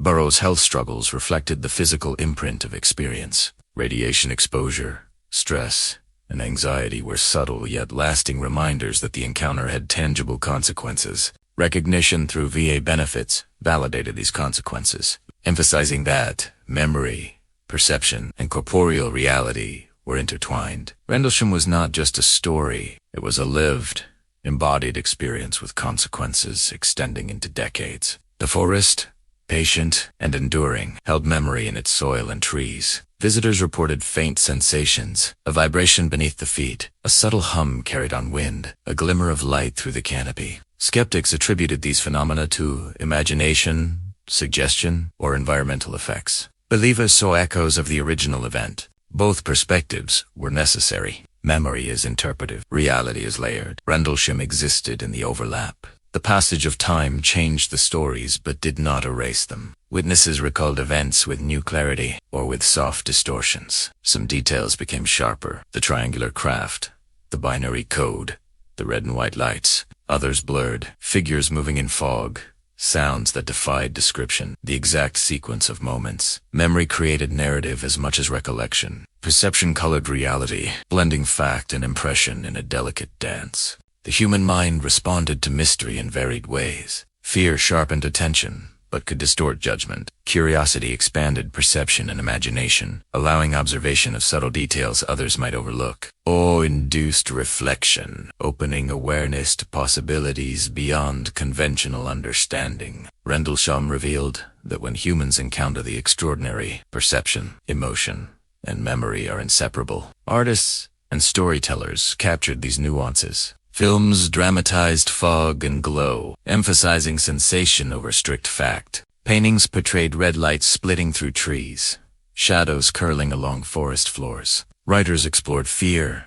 AUE, and reflection, weaving experiences of the witnesses into narrative that evoked memory as much as reality. Art became a complement to record, a space where perception could be shared and reflected. New testimonies continued to illuminate complexity. In 2025, Major Laurie Refelt described observing subtle movements between trees, figures neither fully human nor fully alien, while Steve Longuaro recounted suppressed footage and quiet interrogations. These accounts highlighted that memory itself was layered. Observation, reflection, interpretation, and social influence intersected over decades. Rendlesham was not only an event, but a process of collective recollection, shaped by time, narrative, and cultural context. The psychological dimension extended further. Witnesses reported lingering sensations, sudden chills, brief glimpses of light at night, a sense of being watched in ordinary settings. Researchers noted these as potential aftereffects of trauma, stress, or heightened sensitivity. Yet they also reflected continuity. Memory and perception were persistent, extending Rendlesham beyond December 1980 into decades of lived experience. Even skeptics acknowledged the human dimension. They examined reports and evidence critically, attributing some details to environmental or psychological factors. Yet none could erase the intensity of the experience. Observers' memories, emotions, and physical sensations created a composite reality that persisted beyond explanation. Rendlesham became a case study in perception as well as phenomena, illustrating the limits of measurement when confronting the extraordinary. The forest preserved this tension. Soil, roots, and trees carried impressions of the past. Small phenomena, flicker of light, a hum, a movement reminded visitors that memory and perception were intertwined with place. Observation was not passive, it was participatory. The forest invited reflection, attentiveness, and awareness of subtle forces that persisted alongside ordinary reality. Memory shaped interpretation. Some witnesses emphasized awe and wonder. Others focused on fear or confusion. Each account revealed something essential about human perception. Experience is emotional, selective, and interpretive. Physical, tracesta, triangular indentations, radiation spikes, burn marks provided anchors for memory, but perception colored their meaning. Rendlesham's power lay in the interplay of witness, forest, and event. Time layered perception over decades. Decades later, visitors described echoes of the original night. Small vibrations in soil, faint glimmers through fog, and the low hum of wind carried resonance. Whether literal or imagined, these echoes reinforced the forest's role as a living archive. Memory, perception, and environment merged into an ongoing narrative, preserving the significance of the event. Even popular culture captured this interplay. Documentaries and books highlighted both empirical detail and emotional resonance. Films dramatized the forest at twilight, blending mist, red light, and shadow to evoke memory rather than literal record. Podcasts explored testimony, perception, and speculation, creating dialogue that reflected the layered nature of experience. Rendlesham was not frozen in time. It was continuously reconstructed in memory, culture, and reflection. Witness psychology revealed broader truths. Encountering the extraordinary challenges, ordinary frameworks, fear, curiosity, and awe compete with rationality, creating a mental landscape where perception and imagination are inseparable. Rendlesham became an example not only of unexplained phenomena, but of how humans process and preserve experiences that exceed ordinary comprehension. The night remained alive in perception. Observers reported subtle sensations and flashes of memory. Trees, soil, and air preserved the echoes of past events. Memory and perception layered over the clearing, creating a resonance that defied simple explanation. Rendlesham existed as much in human consciousness as in the forest itself. The lights, the binary code, the sensations each element persisted across decades. Observers' memories intertwined with environmental traces and cultural narratives. Rendlesham became a living case study, illustrating the complexity of perception, the fragility of memory, and the persistence of wonder. The night never truly ended. It persisted in memory, testimony, reflection, and imagination. The forest remained patient, holding all layers of experience, waiting for the next observer, the next reflection, the next question. Rendlesham taught that perception is a form of knowledge, that memory is both witness and participant, and that mystery exists not only outside the mind, but within it. The forest held more than memory. It held traces, subtle and quiet, that challenged explanation. Triangular indentations, 9.5 feet apart, pressed into the soft soil like fingerprints of something immense. Burn marks marred the undergrowth. Radiation meters, later carried by Lieutenant Colonel Halt, recorded slight spikes beta and gamma levels higher than background, yet not alarmingly so. Science approached these measurements with caution, skeptics with suspicion, believers with reverence. Each reading became a dialogue between fact and wonder. The craft, described by Sergeant Jim Penniston, glowed softly, a triangular shape just under 10 feet wide. He remembered its surface as warm, static-charged, almost humming. Touching it had left an impression on the skin, a tingle that lingered in memory. Later, he wrote down the binary code perceived during the encounter. Decoded decades afterward, it offered coordinates and cryptic messages, suggesting intelligence that transcended conventional human understanding. Whether it was extraterrestrial, temporal, or symbolic remained unresolved. Science catalogued the facts. Wonder pondered the meaning. Airman John Burroughs had seen the craft lift from the forest floor, moving silently, lights splitting and converging as if aware of their observers. The pattern of movement defied conventional physics. Time, for those who watched, seemed stretched seconds, dilating into longer impressions of motion. Instruments captured some readings, yet much remained intangible. Witness testimony became the primary dataset, human perception the primary lens through which the anomaly was filtered. Lieutenant Colonel Halt recorded the events on tape, preserving the tension, uncertainty, and awe in human voice. For 80 minutes, his words, breaths, and reactions became evidence, bridging perception and documentation. Scientists and skeptics listened to the tape decades later, dissecting every pause, inflection, and description. Could a sudden change in tone suggest fear or clarity of observation? Each interpretation layered upon another, showing that technical analysis was inseparable from human perception. The forest itself became a laboratory of subtle clues. Soil composition, moisture, and pressure bore signs of disturbance. Trees near the indentations exhibited unusual growth patterns. Lichen and moss responded to changes in light and heat. Measurements suggested that while some anomalies could be natural, the combination of multiple indicate burn marks, radiation spikes, and witness reports challenged conventional explanation. Science noted each piece, yet the whole remained enigmatic. The binary code, written by Penniston, became a unique artifact. It was neither soil nor light, yet its impact on analysis was profound. Researchers traced it to coordinates of ancient human constructions of pyramids of Giza, the Nazca Lines, and Caracolin, beliefs linking the unknown with human history. The message accompanying it hinted at continuity, exploration, and awareness across vast spans of time. Skeptics suggested imaginative interpretation, yet the precision of coordinates could not be dismissed entirely. The code remained a bridge between tangible and conceptual evidence. Physical evidence extended to radiation measurements. Instruments showed minor fluctuations, 0.1 milliroentgens per hour in some cases. Skeptics argued that these could be background noise or instrument error. Believers suggested these fluctuations reflected the craft's proximity and energy. Neither interpretation could fully capture the totality of experience. The forests, silent and patient, seemed to witness all perspectives, preserving ambiguity alongside facts. The red and white lights that witnesses described remained a focal point of technical debate. Some aligned with the Orford Ness lighthouse, meteors, or stars. Others appeared in sequences inconsistent with conventional explanations. Observers recorded split lights, beams directed toward vaults, and sudden acceleration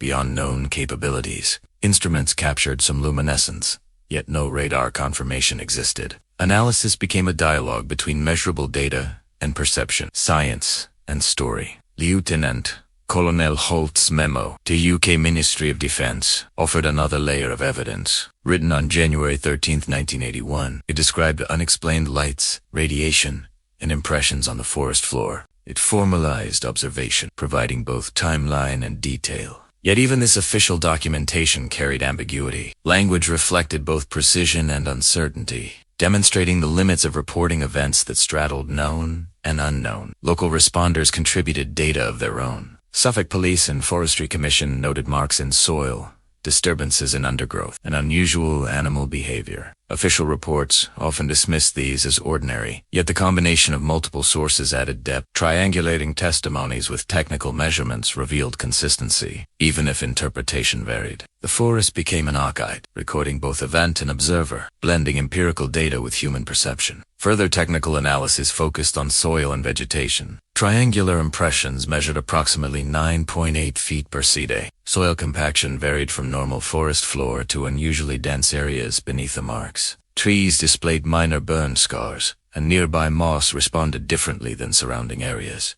Each anomaly alone could be rationalized. Together, they formed a pattern that resisted simple explanation. Science cataloged. Skeptics questioned. Believers wondered. The absence of radar confirmation added tension to interpretation. Instruments failed to detect the craft during observations. Yet eyewitnesses described motion, acceleration, and maneuvers beyond human capabilities. This gap emphasized human perception as primary data, highlighting the challenge of verifying anomalies with conventional tools. Rendlesham demonstrated that evidence exists beyond standard detection, urging science to expand methodology and perspective. Penniston's code introduced another dimension, intangible yet verifiable. Coordinates, binary patterns, and messages suggested intelligence interacting with human consciousness. The implications were staggering, though speculative. Could the craft communicate across time? Could it observe humans without being detected? Could it encode information into perception itself? Science cataloged coordinates and signals. Wonder asked questions that measurement could not answer. Radiation studies continued decades later. Beta and gamma readings, while subtle, prompted discussion about long-term effects on witnesses. Burroughs' health issues, confirmed by VA records, provided a human consequence of measurable exposure. Even minimal radiation, when combined with psychological stress, created enduring impact. Physical evidence intersected with human experience, creating a holistic field of study encompassing both body and mind. Skeptics examined alternative explanations. Meteors, lighthouses, optical illusions, and psychological factors accounted for some observations. Some evidence, such as soil compaction or minor radiation spikes, could be environmental. Yet skeptics acknowledged that no single mundane explanation accounted for the entirety of witness experience. Rendlesham, therefore, remained a boundary case where science, observation, and memory intersected. The interplay between technical evidence and human perception became the central lesson. Instruments measured, readings fluctuated, and reports varied. Witness memory carried vivid sensation and uncertainty. Culture, media, and art preserved atmosphere. Together, these elements created a narrative richer than any single discipline could capture. The forest remained both laboratory and archive, preserving anomaly and interpretation alike. Decades of study reinforced the challenge of separating perception from reality. Lights observed in 1980, radiation spikes, binary code, and soil impressions were sensation, interpretation, and emotion were less quantifiable, but equally real. Rendlesham illustrated that observation alone is never neutral. Humans interpret through expectation, fear, curiosity, and wonder. Evidence and experience intertwined, creating complexity that could not be simplified. Global researchers referenced Rendlesham repeatedly. Patterns of UAP activity near nuclear sites were studied in the context of similar anomalies worldwide. Technical measurements were compared. Radiation, radar, physical traces, witness consistency. The case served as a reference for methodology, highlighting the importance of multidisciplinary analysis that integrates observation, science, and human experience. Even artistic interpretation became part of the archive. Films, paintings, and literature translated observation into experience. Red lights, triangular forms, and fog-draped forest floors became symbols of mystery and human curiosity. While not technical evidence, these representations preserved the emotional and perceptual reality of the encounter.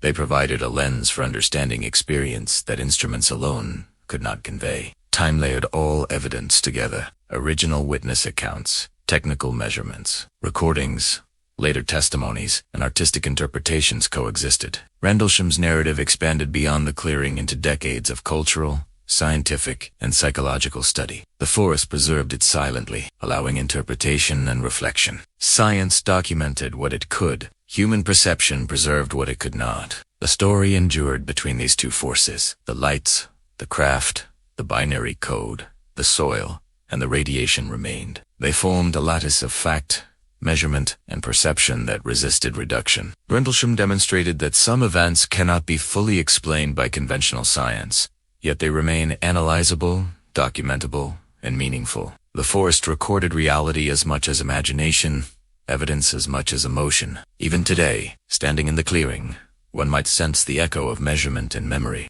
Footsteps press against the soil, Instruments hum quietly, and light catches the frost in subtle ways. Observers bring curiosity, skepticism, and hope. The forest, patient and unassuming, continues to hold the past, the data, and the unknown. Rendlesham is not concluded. It is ongoing, layered, and alive. Time in the forest moved differently. December 26, 1980, began quietly, with frost on the needles and a stillness that carried anticipation without warning. Soldiers patrolling the perimeter first saw lights descending through the trees. At first, they assumed a plane or meteor, yet the movements were unusually slower than a falling star. Brighter than any aircraft light, shifting in angles and speeds that felt deliberate. Observation became a mix of curiosity and tension. Sergeant Jim Penniston and Airman John Burroughs approached cautiously. The glow was soft at first, then intensified, revealing a metallic triangular craft just under 10 feet across. Heat radiated from its surface, subtle but undeniable. Static seemed to hum along the edges. Penniston reached out, touching the craft, and felt a vibration that traveled along his arm, into his chest. The binary code entered his mind as if delivered through thought rather than sight. He wrote it down, unaware that decades later it would yield coordinates of ancient human sites and a message hinting at exploration across time. The soldiers observed silence where they expected sound. The craft moved without engine noise. Lights split and converged, hovering and gliding in impossible patterns. Shadows shifted in ways that contradicted ordinary perception. Time felt elastic. Moments expanded, yet passed quickly. Each detail impressed itself on memory, forming a narrative that blended observation, sensation, and emotion. By morning, the forest bore physical traces. Triangular indentations, measured just under 10 feet per side. Slight burns marked the undergrowth, and instruments recorded minor radiation spikes. Local police arrived, assessing disturbed soil and unusual lights, attributing much to ordinary causes. Yet the combination of multiple witnesses, physical evidence, and environmental anomalies created an impression that could not be fully explained. Observation, measurement, and human perception coexisted uneasily. December 27th was quieter, but no less significant. Residual activity persisted in subtle ways, distant glimmers, faint hums, and impressions of movement in the undergrowth. Soldiers reported awareness of being observed, shadows shifting at the edge of vision. The forest seemed alive with anticipation, honing memory of the previous night and layering it over ongoing observation. Each small anomaly reinforced the narrative, emphasizing that perception itself carried significance. December 28th brought Lieutenant Colonel Charles Halt in a formal investigation. Armed with instruments and audio recording equipment, he captured 80 minutes of dialogue and reaction in the now famous Halt tape. Lights split into multiples, beams directed toward areas near nuclear storage, and a red glow illuminated the forest floor. Witnesses described feelings of awe and trepidation, experiencing phenomena that were both beautiful and incomprehensible. Instruments recorded minor radiation fluctuations, yet these readings could not fully account for the sensory experience. The combination of audio, observation, and measurement formed a layered timeline. The first descent of lights, the encounter with the craft, the touch and perception of code, the lingering red and white glows, the impressions in soil all became elements of a structured narrative. Yet even with documentation, ambiguity persisted. Some interpretations emphasized meteors, lighthouses, or optical illusions. Others insisted on an anomaly of intelligence or technology beyond human capability. The timeline anchored events, but the mystery endured. Witnesses recalled specific moments vividly. Penniston remembered the glow of the craft as warm and static-charged. Burroughs remembered shadows moving without source, a low vibration in the air. Halt remembered the tremor in his own voice, the awe that rose. Each memory overlapped with measurement, creating a hybrid of perception and documentation. The forest carried these memories, embedding them in soil, frost, and roots. January 13th, 1981, marked the formal memo to the Ministry of Defense. Halt's reports summarized events, measurements, and impressions, translating observation into written word. Red lights, multiple sightings, minor radiation spikes, and impressions on the forest floor were documented with clarity and caution. The memo became part of the official record, yet it could not convey the full texture of perception, the blend of awe, fear, and curiosity that colored each moment. Over the years, leaks and disclosures added to the timeline. 1983 headlines brought public attention. 1984 brought tape releases, dramatizations, and interviews. The 1990s and 2000s included FOIA requests, declassifications, and studies connecting the event to broader UAP patterns. In 2010, the binary code was decoded, linking ancient human sites with the experience in the forest. The sequence of events expanded beyond December 1980 into decades of observation, study, and reflection. Each night carried its own flavor of experience. December 26th was intimate and immediate, the first encounter with the unknown. December 27th was residual, subtle, and contemplative. December 28th was formalized, documented, and amplified. The passage of time layered observation and reflection, turning discrete nights into a continuum of perception. Witnesses aged, technology evolved, and culture absorbed the narrative, yet the sequence remained vivid in memory. 2025 testimonies added temporal depth. Major Laurie Refelt and Steve Longero offered accounts decades after the fact, describing suppressed footage, subtle entities, and interviews with military personnel. These contributions did not overwrite previous accounts, but enriched the timeline, emphasizing that observation was ongoing, layered, and interpretive. Rendlesham was a sequence of moments, each interacting with human perception and cultural memory. Animals in the forest responded to events as well. Dogs howled at strange lights, deer paused in unusual formations, and birds left perches in patterns that seemed more than coincidental. Some interpreted these as natural reactions to environmental stimuli. Others considered them subtle evidence that the forest itself responded to extraordinary events. The timeline expanded to include not only human observation but interaction with living elements, reinforcing the impression of layered reality. Media representation followed the timeline. Dramatic reenactments highlighted each night. Red lights splitting in fog, triangular craft hovering above snow-dusted soil, voices on tape trembling with awe. Documentaries recreated these sequences with cinematic techniques, blending sound, light, and shadow to evoke memory rather than strict literal record. Observers experienced the timeline vicariously, internalizing the same tension between measurement and perception that the original witnesses had felt. Technical records contributed detail, yet they could not capture sensation. Radiation spikes were minor. Soil impressions were measurable. The code was precise. But none of these could replicate the hum in the chest, the dilation of time, or the subtle suggestion that observers were in contact with something beyond ordinary understanding. The timeline was factual, yet the experience of the night was qualitative, layered, and profound. Global researchers referenced the timeline repeatedly. Observers in other regions compared events to Rendlesham, sudden lights, unexplained movement, and interaction with humans near sensitive sites. Patterns emerged, reinforcing the significance of sequence, location, and observation. Rendlesham's chronology became a model, demonstrating the importance of accurate recording, witness testimony, and cross-analysis. Even local observation continued. Visitors to the UFO trail retraced the steps of soldiers decades earlier, noting impressions of soil, subtle vibrations, and glimmers of light. Each participant became a part of the ongoing timeline, bridging historical documentation with contemporary experience. Memory, perception, and place merged into a living continuum. The nights of December 1980 remain vivid in all who observed or studied them.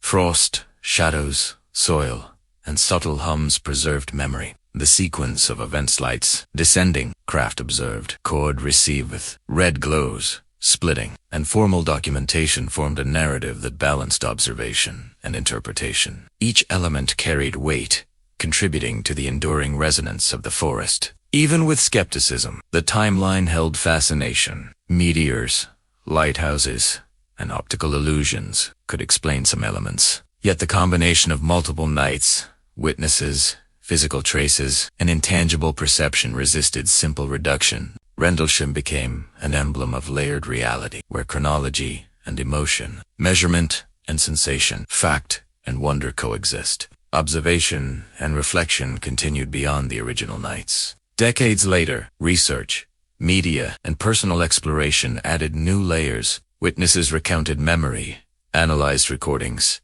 and reflected on perception. Observers retraced paths in the forest, noting soil impressions and glimmers of light. The timeline expanded, not by new phenomena, but by memory interpretation and cultural absorption. Rendlesham taught the persistence of observation. Time did not erase the event, it enriched it. Each night remained a touchstone. December 26th as first encounter. December 27th as a residual observation, December 28th as formal investigation. Subsequent decades layered testimony, analysis, and reflection, creating a timeline that was factual, emotional, and cultural. The forest waited, patient as ever. Frosted needles, moss, and soil retained the echoes of events. Light, shadows, and hums persisted subtly, reminding visitors that observation and experience are continuous. The timeline of Rendlesham extends beyond 1980, encompassing memory, interpretation, and reflection. Each observer participates, consciously or not, in an unfolding sequence that bridges past, present, and future. Skepticism hovered over the forest like morning mist. Every observation, every indentation, every flicker of light was measured, questioned, and dissected. Ian Ridpath, a prominent skeptic, argued that the red lights observed on December 28th were nothing more than the Orford Ness Lighthouse, refracted through fog. Meteors explained the initial descent on December 26th, and ordinary forest marks accounted for the impressions in soil. Rational explanation sought certainty, yet the forest resisted simple classification. Observers felt the tension between what they saw and what they were told to believe. Soldiers reported glowing craft, static on the skin, binary code delivered telepathically. Skeptics called these experiences perceptual errors, influenced by stress, fatigue, or expectation. Yet the sensations persisted, vivid and physical. The mind remembered as if the body had witnessed. Memory carried its own authority, sometimes stronger than instruments or documentation. David Clark, through FOIA requests, unearthed government files that emphasized caution. The Ministry of Defense concluded the events posed no threat and could be explained through natural phenomena. Skeptics took these reports as confirmation. Anomalies could be mundane, perception fallible. Yet the very act of investigating suggested recognition that something unusual had occurred. The forest held more than explanation. It held curiosity. Believers pointed to multiple witnesses, physical and measured radiation as evidence that skepticism alone could not satisfy. Penniston's account of the craft, Burroughs' health effects, Halt's tape, and soil impressions formed a pattern that suggested observation of something extraordinary. Skepticism could explain fragments, but not the totality. Every rational interpretation collided with human experience, leaving ambiguity intact. Larry Warren's controversial testimony exemplified debate. Some claimed exaggeration or fabrication, while others emphasized that memory is layered, malleable, and influenced by time. Warren's description of entities may have been colored by perception, yet the fear, ado, and intensity of the encounter were undeniable. Skepticism examined story against fact, but could not remove the human response to the extraordinary. Scientific analysis often met perception in uneasy dialogue. Radiation readings were small but measurable. Soil depressions were clear but interpretable. Binary code offered coordinates and messages that could be tested, yet the meaning remained speculative. Instruments recorded fragments. Human observation filled the gaps. Rationality and wonder coexisted, each informing the other without resolving the tension completely. Cultural skepticism amplified debate. Media coverage presented both perspectives, careful analysis, dramatization, and speculation. Red lights in fog were either mundane or mysterious, depending on the lens. Audiences absorb information and emotion together, creating a hybrid understanding. Rendlesham became not only an event, but a mirror reflecting human desire to understand, categorize, and interpret. The forest remained indifferent. Shadows shifted, frost glistened, and soil retained impressions. Skeptics walked the clearing and observed the same evidence. Believers walked the same paths, feeling resonance in the hum of the air and vibration underfoot. Nature recorded reality without allegiance. Human interpretation provided meaning, shaping narrative and sustaining mystery. Skepticism did not erase the emotional weight of experience. Witnesses felt awe,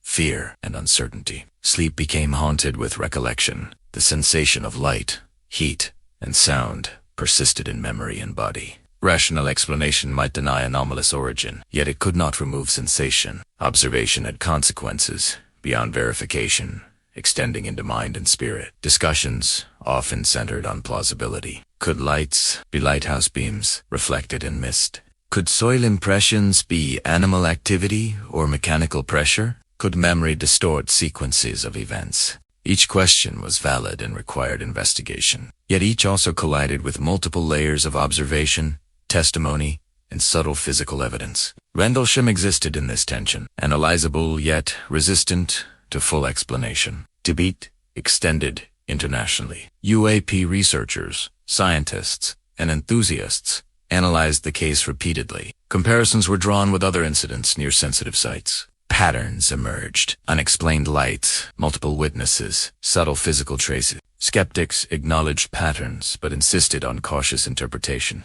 Believers emphasized anomalies that exceeded mundane explanation. Dialogue created depth, forcing observers to confront uncertainty with curiosity rather than certainty. Binary code became a focal point in debate. Skeptics questioned telepathy claims and timing of the revelation, citing possible influence or imagination. Believers emphasized precision of coordinates and complexity of message. Even here, rationality and wonder intertwined. The code could be analyzed mathematically and symbolically, yet its ultimate meaning remained a mystery. Skepticism defined limits. Perception suggested possibility. The interplay of time and memory deepened discussion. Witnessed recollections changed subtly over decades, influenced by subsequent experience, interviews, and media. Skeptics pointed to malleability of memory, highlighting risk of false detail. Believers argued that consistent elements across multiple accounts suggested truth embedded in perception. Each perspective added texture, not resolution. The forest silently observed, allowing all interpretations without judgment. Red and white lights became emblematic of debate. Observers described movement inconsistent with lighthouses or natural phenomena. Skeptics emphasized fog refraction and alignment with known sources. Believers emphasized deliberate movement, interaction with witnesses, and alignment with areas of strategic significance. Lights were both literal and symbolic, bridging fact and perception. Physical traces provided another dimension. Triangular depressions, minor burns, and subtle radiation suggested something measurable beyond ordinary experience. Skeptics offered mundane explanations: animal activity, instrument error, or coincidence. Believers emphasized convergence of multiple lines of evidence. Observation became an interpretive act, where the forest, soil, and air recorded events, but meaning arose only through human perception. Global discourse expanded skepticism and debate. Academics, journalists, and researchers discussed Rendlesham in papers, podcasts, and forums. Some highlighted cognitive psychology, expectation, stress, and memory influence observation. Others emphasized material evidence and witness credibility. Each contribution layered perspective, emphasizing that Rendlesham was not only an event, but a conversation across time, disciplines, and belief systems. The emotional dimension remained central. Witnesses described AOE, fear, and wonder. Skeptics acknowledged these as subjective, but could not remove the intensity. The forest, frost, and soil retained traces that reminded all observers that experience persisted beyond analysis. Perception, emotion, and memory created a reality as compelling as any measurement. Even official documentation reflected tension. Halt's memo combined precise observation with cautious language. It reported readings, locations, and witness accounts, yet could not capture feeling, subtle vibration, or sense of awe. Skepticism emphasized language, analysis, and alternative explanations. Belief emphasized sensation, narrative, and pattern. Both perspectives coexisted, each necessary to understand the complexity. Rendlesham became a case study in human perception. It illustrated how observation, memory, and culture interact with anomaly. Skepticism defined boundaries, belief, the expanded imagination. The clearing, soil, and forest became the stage where these forces intersected. No single answer resolved the tension. Observation and interpretation continued to coexist, layered over decades. Witness health and stress highlighted tangible consequences of perception. Burroughs' heart issues and VA recognition underscored that experience left physical as well as mental traces. Skepticism could question cause, but could not erase effect. The human dimension persisted alongside data and debate, emphasizing that anomaly affects body, mind, and memory. Ultimately, skepticism and debate preserved the story. Each question, doubt, or alternative explanation forced refinement of evidence and narrative. Each affirmation, corroboration, or consistent memory reinforced the experience's weight. Rendlesham became a dialogue between human reason and wonder, observation and imagination, fact and mystery. The forest remained patient, indifferent to argument. Frosted needles, moss, and soil retained impressions. Shadows shifted subtly in light. The hum of wind carried memory. All perspectives coexisted in the clearing, layered and continuous. Skepticism defined limits. Belief extended possibility. Rendlesham existed in the space between the red glow, the triangular craft, the binary code, the subtle vibration. They persisted in perception. Debate continued internationally. Witnesses, researchers, and visitors added reflection and interpretation. Skepticism and belief intertwined, forming a continuum of understanding, resistance, and wonder. The forest held all observation, memory, and analysis.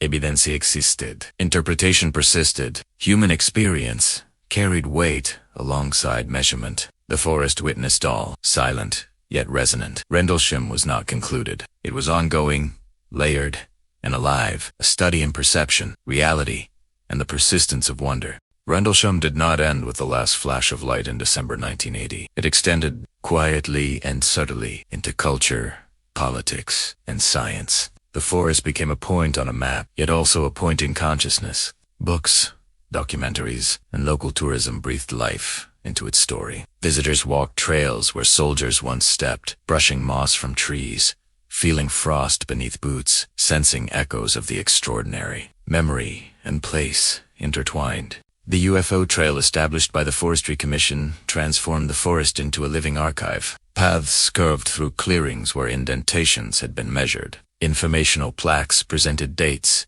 witness names, and reported phenomena. Tourists, scholars, and curious passersby encountered history in layers: soil, light, shadow, and story. Cultural memory merged with the environment, reinforcing Rendlesham's significance beyond mere anecdote. Media coverage amplified impact. Headlines in 1983 announced leaks. Television documentaries in the 1980s and 1990s brought the forest into living rooms. Reenactments visualized red lights splitting, triangular craft hovering, and soil impressions forming. By the 2000s, podcasts, online forums, and social media extended discussion globally. The story moved from Suffolk to worldwide consciousness. Each retelling layered narrative over fact, memory over evidence, perception over measurement. Scientific and political dimensions grew.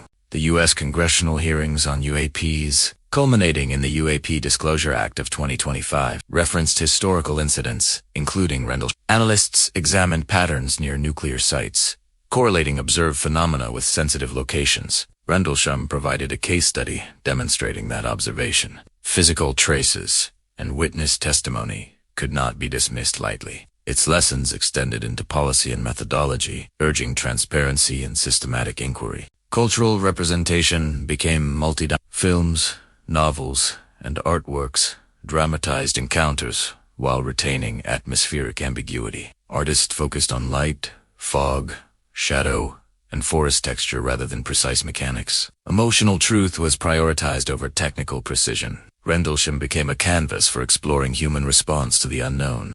Fear, curiosity, and imagination intertwined. Memory of the event existed both in the witnesses' minds and in cultural expression. Witness experiences informed psychology and perception studies. Researchers examined fatigue, expectation, and memory distortion, noting how stress and extraordinary stimuli can alter recall. Yet even scientific evaluation acknowledged that experience persisted. Sensations, impressions, and responses were tangible to those who observed. Perception, memory, and physiology converged, showing that anomaly cannot be understood solely by instruments or observation. Human consciousness is an active participant. Local economics reflected indirect impact. Tourism boosted the Suffolk economy. Cafes, gift shops, and guided tours benefited from sustained interest. The community engaged in story, history, and memory. Rendlesham's events became intertwined with livelihood, subtly reinforcing its persistence in collective experience. Place and culture coexisted with mystery, shaping understanding beyond immediate observation. Political consequences unfolded gradually. Ministry of Defense reviews, FOIA, releases, and continued study of UAPs illustrated that government response evolved over decades. Skeptical reports coexisted with acknowledgement of multiple witnesses and unexplained traces. The case became a benchmark for transparency, balancing security, public interest, and cultural fascination. Rendlesham bridged military protocol with social inquiry, offering lessons in communication and trust. Scientific inquiry advanced cautiously. Soil, radiation, and light measurements were analyzed repeatedly. Patterns were compared to other incidents worldwide. Rendlesham exemplified the need for multidisciplinary study. Physics, psychology, cultural anthropology, and environmental analysis intersected. Instruments could measure, but perception, memory, and narrative remained essential. Scientific method met human experience in the forest's quiet expanses. Decoding Penniston, binary coding 2010 further shaped impact. Coordinates to ancient sites Giza, Nazca. Caracol invited speculation. Were these hints of time travelers, extraterrestrial intelligence, or symbolic messages for humanity? Skeptics dismissed telepathy and exotic interpretation. Believers emphasized complexity, precision, and improbability. Regardless of explanation, cultural imagination was engaged. The forest had delivered not only lights and craft, but a riddle embedded in human consciousness. Global discussion continued.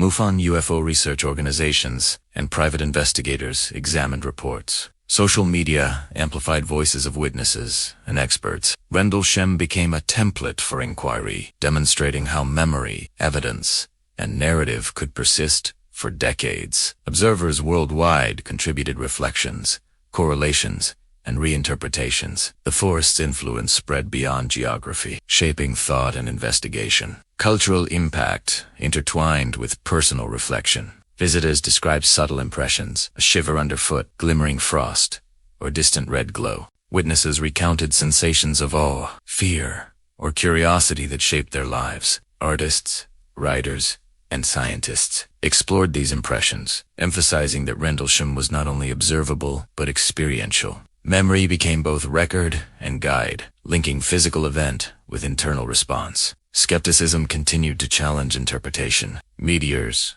lighthouses, optical illusions, and environmental factors accounted for some elements, yet the combination of multiple nights, witnesses, traces, and psychological effects resisted simplification. The forest held ambiguity, permitting both rational explanation and wonder. Debate reinforced cultural, scientific, and psychological significance, illustrating that uncertainty is itself a lesson in observation. Witness health remained part of long-term consequence. Burroughs' heart issues, VA recognition, and stress highlighted physical and psychological dimensions. Experience leaves traces beyond recording, affecting mind, body, and social recognition. These consequences reinforced the importance of empathetic investigation, combining respect for human experience with measurement, analysis, and narrative documentation. Tourism, media, and scholarship intersected with policy. Local guides walked visitors through paths, explaining history, evidence, and controversy. Documentaries recreated events, blending measurement with sensation.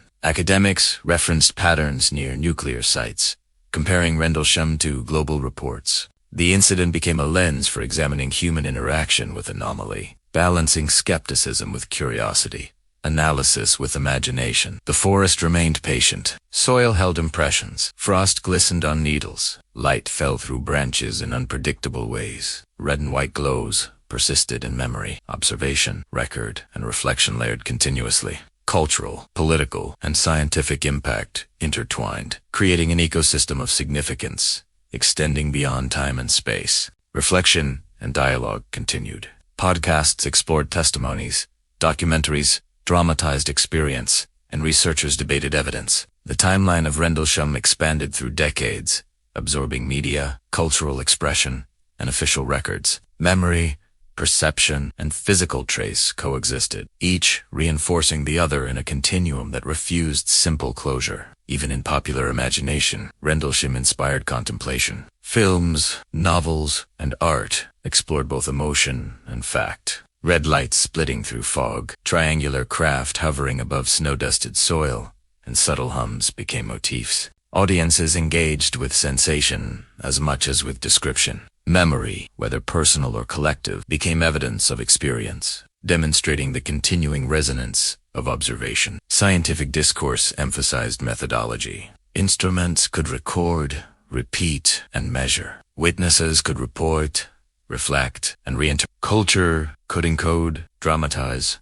and transmit. Rendlesham demonstrated that anomaly persists, not only in moment of occurrence, but through continued interaction with human consciousness. Observation became layered over decades, blending data, memory, and imagination. Political discourse acknowledged complexity. FOIA requests, official reports, and declassified files demonstrated recognition of uncertainty. Agencies balanced transparency, public interest, and national security. Rendlesham became a reference case, demonstrating that official documentation is not only record, but instrument for reflection, research, and dialogue. Long-term impact included education. Schools, guided tours, and academic research used Rendlesham as case study. Observation, evidence, and human experience were integrated into curricula, emphasizing critical thinking and empathy. Mystery was preserved alongside fact. Inquiry was encouraged without presuming conclusion. Forest, memory, and story became tools for learning.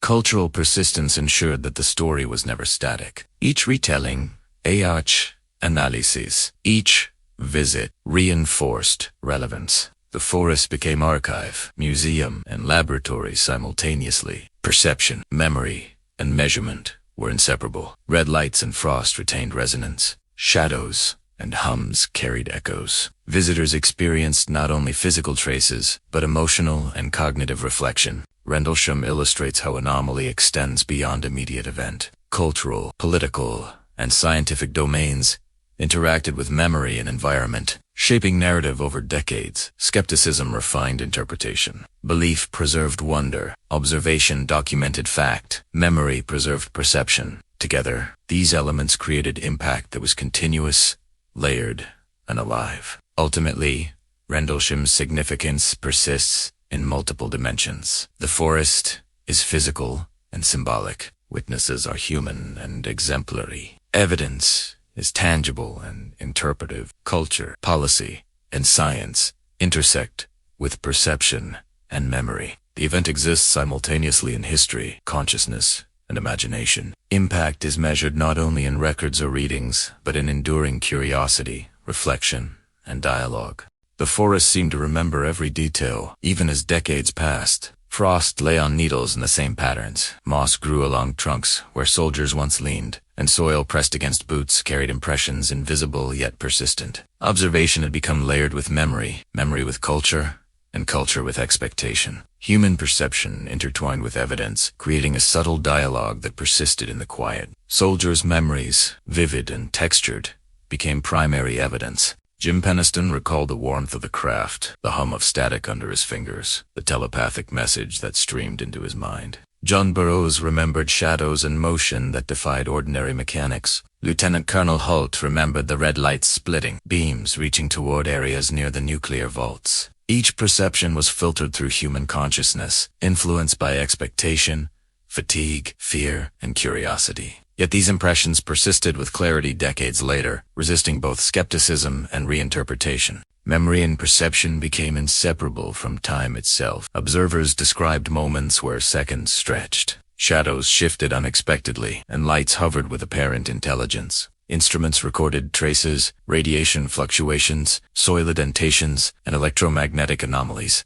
These traces confirmed the reality of observation but could not fully explain sensation. Experience existed as both measurable and ineffable, blending fact and wonder. Patterns of UAP activity near sensitive installations emerged in the broader context. Rendlesham was not unique in this respect. Nuclear facilities, missile silos, and military bases worldwide reported unexplained lights, anomalous readings, and occasional craft-like movements. Analysts observed consistency in location, timing, and witness experience. While each case differed, patterns suggested that Rendlesham fit into a broader network of unusual events, hinting at behavior that was intentional or observational, rather than random. Skeptics examined perception carefully. Cognitive science emphasized expectation, stress, and fatigue. Recollection over decades could be influenced by discussion, media, or personal reflection. Yet even when accounting for these factors, the coherence across multiple witnesses, nights, and physical traces resisted full rationalization. Observation had a material dimension that perception alone could not create. Radiation readings, soil depressions, and physical impressions persisted beyond human subjectivity. The intersection of perception and physical evidence became a focus of research. Binary code transcribed by Penniston linked the immediate sensory experience to distant, symbolic information. Coordinates of ancient human sites and messages about exploration of humanity implied intelligence and intent. Whether this intelligence was extraterrestrial, temporal, or symbolic remained open. Yet the layering of physical encounter and cognitive impression created a unique form of evidence, bridging measurable and conceptual realms. Human memory carried emotional weight. Witnesses experienced AOE, fear, and a sense of profound significance. Sleep carried fragments of light and motion into dreams. The body retained subtle reactions, heart rate changes,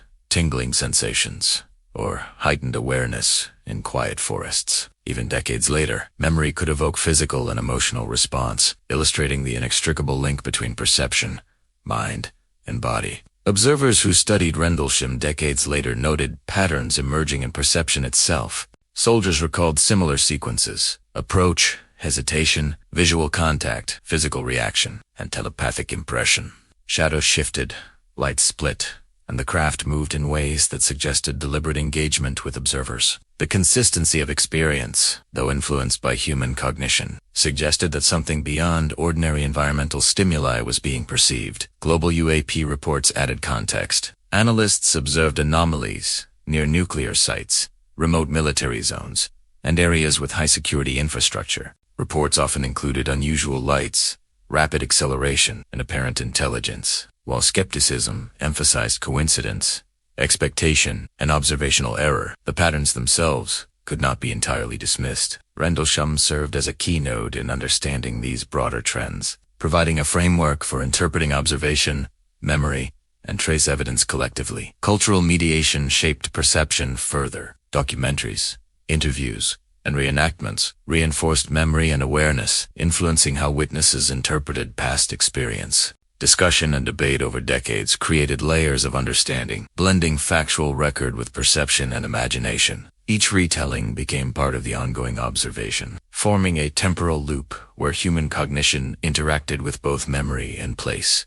Physical evidence remained a counterpoint to perception. Triangular indentations in soil, burn marks on foliage, and subtle radiation fluctuations formed a lattice of measurable reality. Instruments could quantify some aspects of observation, yet they could not measure telepathic impressions, or the subtle extension of consciousness that occurred when witnessing something unexplainable. The forests preserved both, creating a dialogue between measurable anomaly and cognitive experience. Witness collaboration added depth. Multiple accounts converged on sequence, description, and physical effect, even as details differed. Differences did not undermine credibility. Instead, they illustrated how human perception interprets the unknown through diverse, yet intersecting lenses. Memory, sensation, and narrative combined to create a multi-layered archive that instruments alone could not capture. The forest itself seemed a participant. Wind shifted through trees. Frost reflected light in unpredictable ways, and shadows moved subtly across the forest floor. Animal behavior, from deer patterns to distant calls, added texture to observation. Witnesses interpreted these phenomena in the context of extraordinary events, blending ecological observation with perception of anomaly. Nature provided both stage and evidence, shaping experience while remaining independent of human interpretation. Telepathic perception and binary code added symbolic depth. Messages decoded decades later emphasized continuity of human exploration, intelligence, and planetary awareness. Whether these were literal communications or archetypal reflections, they connected immediate perception with abstract cognition. Memory carried both. What was seen, felt, and decoded became inseparable. Observation extended beyond moment into conceptual and reflective experience. Time layered perception further. Witness memory evolved, instruments aged, and culture absorbed the narrative. Yet the core sequence persisted. Lights descending, craft observed, soil impressions, radiation readings, and telepathic communication. Observation became cumulative, a continuum where human cognition, physical evidence, and cultural narrative intertwined. Each participant, past or present, engaged with the same unfolding pattern. The interplay of global observation, local memory, and technical record emphasized a central point. Rendlesham existed in multiple dimensions.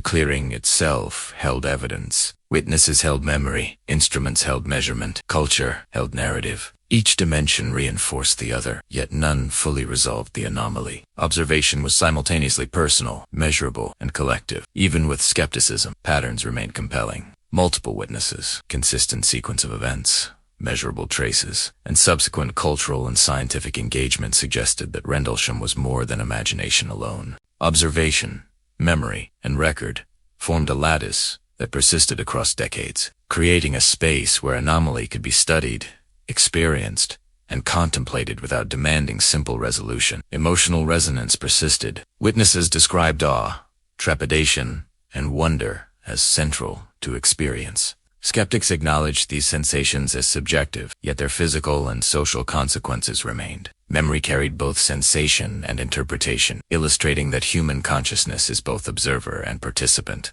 Observation extended beyond the forest through decades of reflection, media, and scholarship. The forest retained neutrality. Frost, moss, soil, and shadow preserved trace without interpretation. Humans layered meaning upon it. Observation, memory, and cultural mediation created the resonance that Rendlesham now embodied. Patterns of anomaly, both local and global, interacted with human cognition, producing a continuous dialogue between perception and reality. Rendlesham demonstrated that anomaly is never only external. Human perception is central, layering cognition, memory, and emotion atop physical truth. Patterns of UAP activity provide context, yet perception shapes interpretation. Memory carries consequence, and culture preserves narrative. The forest preserves all, silent and enduring, bridging fact, perception, and imagination. Observers entering the forest decades later sensed these layers. Footsteps pressed lightly on soil. Instruments measured small fluctuations, and subtle impressions lingered in perception.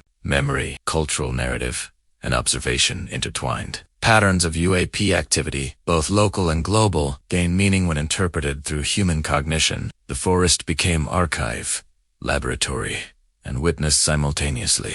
The intersection of human perception, memory, and broader anomaly defined Rendlesham's enduring significance. Light, craft, soil, code, and sensation coexisted with skepticism, measurement, and debate. Observation was never neutral. Memory carried weight. Culture amplified meaning. Scientific study formalized measurement. The forest recorded both.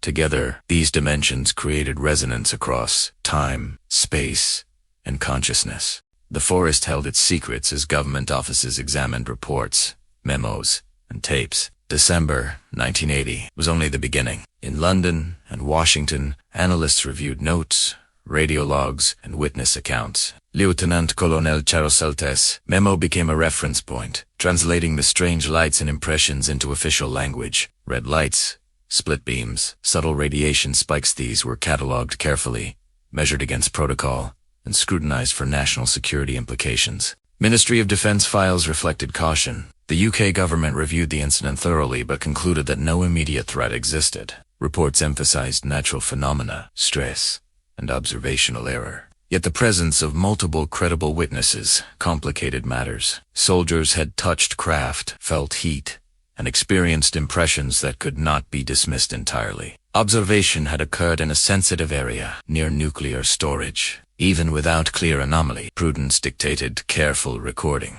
Audio recordings, most notably the Halt tape, became central to oversight. The 18 minutes of dialogue captured tension, AW, and unrepeatable events. Halt's calm voice contrasted with subtle gasps, whispers, and directional descriptions of glowing objects. The tape was technical evidence and personal narrative, merging measurement with human reaction. Investigators analyzed every tone, every pause, every exclamation, interpreting both content and emotion as data. The classification was slow. FOIA requests in the 1990s opened files previously inaccessible to the public. Documents revealed dates, witness names, and some measurements. Critics noted omissions, cautious language, and delayed release. Supporters highlighted transparency in sharing previously hidden details. The process itself became part of the narrative. Secrecy, revelation, and interpretation were intertwined. Rendlesham existed not only in the forest but in paper, tape, and institutional memory. Investigative oversight included multiple layers. U.S. Air Force analysts examined witness statements, timing, and environmental conditions. British Ministry of Defense officers reviewed radar data, meteorological logs, and site security. Skeptics emphasized lighthouse beams, meteor tracks, and stress effects. Proponents emphasized multiple witnesses, soil impressions, and radiation measurements. Official oversight balanced competing interpretations, reflecting tension between empirical measurement and human perception. Major interviews in 2025 added dimension. Lori Refelt and Steve Lungero provided testimony on suppressed footage, interrogations, and subtle environmental effects. These accounts were evaluated carefully, adding layers to prior investigations. Oversight extended beyond immediate military response, incorporating decades of review, cultural analysis, and scientific evaluation. Declassification, while partial, allowed broader engagement, showing that observation, memory, and institutional record form a complex archive. Government engagement shaped cultural understanding. Public statements, cautious memos, and eventual declassification informed documentaries, media analysis, and academic research. Citizens, scholars, and tourists encountered a narrative mediated through bureaucracy. Observation became entwined with policy. What was seen, recorded, and retained influenced both interpretation and collective imagination. The forest itself remained constant, yet perception and narrative were layered by institutional oversight. Documentation emphasized detail. Measurements, coordinates, and sequences were recorded meticulously. Binary code, transcribed by Penniston, was catalogued. Soil depressions, radiation readings, and witness statements were compared across nights and observers. Each element was logged as part of accountability and oversight. Observation became traceable, measurable, and reviewable. Yet, experience, humming sensation, AW, and telepathic impression remained beyond instruments, residing in human perception. Media scrutiny influenced oversight. Leaks in 1983 brought headlines questioning government transparency. In 1984, the Halt tape entered public awareness, dramatized in documentaries. FOIA releases in the 1990s and 2000s revealed measured details and interpretations. Each disclosure prompted reevaluation of procedures, credibility, and cultural significance. Oversight was not static. It evolved with public and institutional engagement, reinforcing the layered complexity of Rendlesham. International context highlighted broader responsibility. Patterns of UAP activity near nuclear sites raised concern for governments beyond the UK, and US analysts compared Rendlesham to other events, noting sequence, location, and witness response. Declassification facilitated comparison, enabling research that respected both security and curiosity. Observation, oversight, and analysis became intertwined, each informing the other across decades. Witness protection and credibility were central to institutional response. Soldiers reporting experiences were debriefed, recorded, and sometimes medically examined. Health issues, including Burroughs' heart condition, were documented and acknowledged. Institutional care balanced privacy with accountability, illustrating that oversight extended beyond files to human consequence. Observation and policy intersected in tangible ways. Documentation and archival integrity remained critical. Original notes, tapes, and photographs were preserved. Analysts cross-checked sequences, times, and locations. Any anomaly inconsistent with environmental or procedural norms was flagged for review. The forest's impressions, triangular depressions, burn marks, and radiation spikes were catalogued, though interpretation remained debated. Oversight required both precision and openness to ambiguity. Declassification also shaped public perception.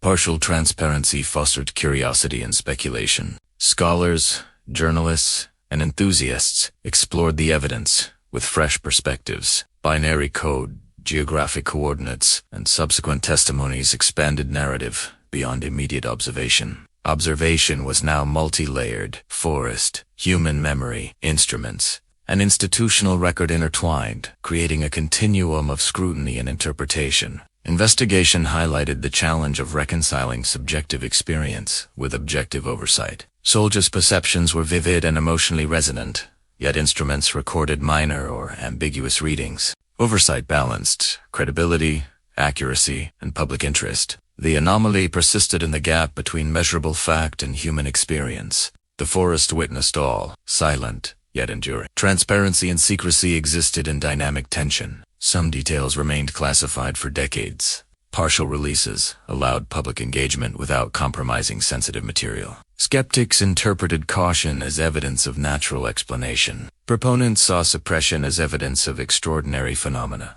Oversight existed both to manage risk and preserve memory, creating a layered, reflective process that paralleled experience itself. Narrative. The intersection of oversight and cultural memory preserved ambiguity. Governments did not claim definitive explanation, leaving space for debate, wonder, and reflection. Observers, researchers, and tourists engaged with layers of evidence, personal memory, and institutional record. The forest became repository of both measured trace and interpreted experience, bridging observation, memory, and bureaucracy. Decades later, researchers emphasized methodology. Measurement, documentation, and verification were central. Observation was supplemented by interviews, review of sequences, and contextual analysis. Patterns near sensitive installations were examined with precision, yet the forest and witness memory preserved elements beyond instrumentation. Oversight documented, but experience transcended record. Observation and oversight were intertwined. Government engagement acknowledged anomaly without asserting certainty. Declassification allowed reflection. Measurement, testimony, and cultural transmission reinforced significance. Rendlesham became a case study in layered experience. Forest, witness, instrument, and institution coexisting, preserving ambiguity and meaning. Witness testimony, institutional record, and cultural representation formed a continuum. Observation persisted in the forest and in memory, in paper and tape, and in analysis across decades. Oversight did not erase mystery. It structured narrative, clarified sequence, and reinforced accountability. The anomaly remained, subtle yet persistent, shaping perception, policy, and reflection. Ultimately, government involvement ensured both preservation and scrutiny. Declassification allowed dialogue. Investigation balanced security, curiosity, and evidence. Observation remained central. Memory preserved resonance, and culture carried narrative forward. Rendlesham existed simultaneously as forest, record, and reflection, a layered archive of anomaly, human experience, and institutional oversight. The forest retained memory long after the lights faded. Soldiers walked its paths carrying impressions heavier than frost or soil. Jim Penniston felt the heat of the craft on his hands, the hum vibrating through his body, the binary message streaming into thought. John Burroughs remembered shadows and motion that refused ordinary explanation. The human body, unlike instruments, recorded sensation with lasting consequence. Health effects emerged slowly. Burroughs developed heart issues and other stress-related symptoms. He later received recognition from the VA, confirming that something tangible had impacted his physical well-being. Penniston described nights of vivid dreams, tingling in extremities, and lingering awareness of energy in the forest. Other witnesses reported fatigue, anxiety, and subtle neurological changes. The anomaly was not just observed. It was absorbed by body and mind. Psychological impact intertwined with perception. Witnesses experienced awe, fear, and disorientation that persisted beyond immediate observation. Sleep carried fragments of light, motion, and hum into dreams. Stress heightened awareness, and the unpredictability of the forest created tension that did not disappear with daylight. Memory became a living presence, embedding event into personal reality with persistence and intensity. Post-event life was shaped by perception. Soldiers reflected, questioned, and sometimes doubted their experience. Penniston's binary code memory created both fascination and burden, an intangible imprint of communication with unknown intelligence. Burroughs' health issues created tangible evidence of consequence. The anomaly touched mind and body simultaneously, leaving questions of causality unresolved. Witnesses faced social challenge. Reports of craft, red lights, or entities were often met with disbelief, humor, or skepticism. Friends, family, and colleagues interpreted experience through conventional lenses, creating tension between personal memory and social perception. Stress arose not only from event itself, but from the difficulty of sharing it, a burden of living with perception beyond consensus reality. Anxiety, uncertainty, and persistent vigilance became common threads. Soldiers described being hyper-aware of light, shadow, and sound in everyday life. Minor flashes or rustling leaves invoked recollection of the forest. Observation had extended from immediate event into life itself. The mind and body recorded anomaly in ways instruments could not measure, creating continuous echo of experience. Cognitive reflection, reinforced impact. Witnesses analyzed sequence, sensation, and consequence, attempting to reconcile memory with fact. Instruments, logs, and official records provided framework, yet emotional resonance could not be quantified. Experience, memory, and bodily reaction formed a triad that shaped understanding across decades. Rendlesham existed simultaneously in forest, mind, and narrative. Dreams carried anomaly forward. Penniston described sequences of light, symbols, and coded messages recurring in sleep. Burroughs felt residual energy, sometimes tingling under skin or pulsing in head. Dreams reflected perception and memory, blurring boundaries between past and present. The mind rehearsed, reflected, and interpreted events, maintaining resonance in unconscious awareness. Witnesses navigated public scrutiny. Interviews, documentaries, and media representation created additional layers. Skeptics questioned timing, memory, and perception. Believers emphasized consistency and impact. Soldiers had to negotiate credibility, emotion, and professional responsibility. Experience existed between personal reality and social interpretation, creating ongoing reflection and sometimes tension. Physical reactions persisted. Skin sensations, subtle burns, and electromagnetic fluctuation were reported in minor ways. The body recorded subtle phenomena that instruments might miss. Energy, pressure, and vibration became embodied memory. Observation existed not only in mind but also in flesh, lingering beyond original event and challenging assumptions about measurable reality. Family and relationships absorbed consequence. Witnesses described stress, emotional distance, or heightened alertness affecting social life. Loved ones experienced indirect impact, interpreting anxiety, sleeplessness, and reflection. Observation created ripple effects, demonstrating that anomaly extends beyond immediate witness into network of human connection. Support systems, including therapy, peer discussion, and veteran organizations, became vital. Witnesses shared experiences cautiously, balancing personal memory with social expectation. Recognition, such as Burroughs' VA compensation, validated both experience and consequence, affirming the physical and emotional reality of encounter. The anomaly was thus both internal and externally acknowledged. Long-term stress sometimes manifested in PTSD-like symptoms. Hypervigilance, intrusive recollection, and heightened awareness of environmental stimuli reflected ongoing processing.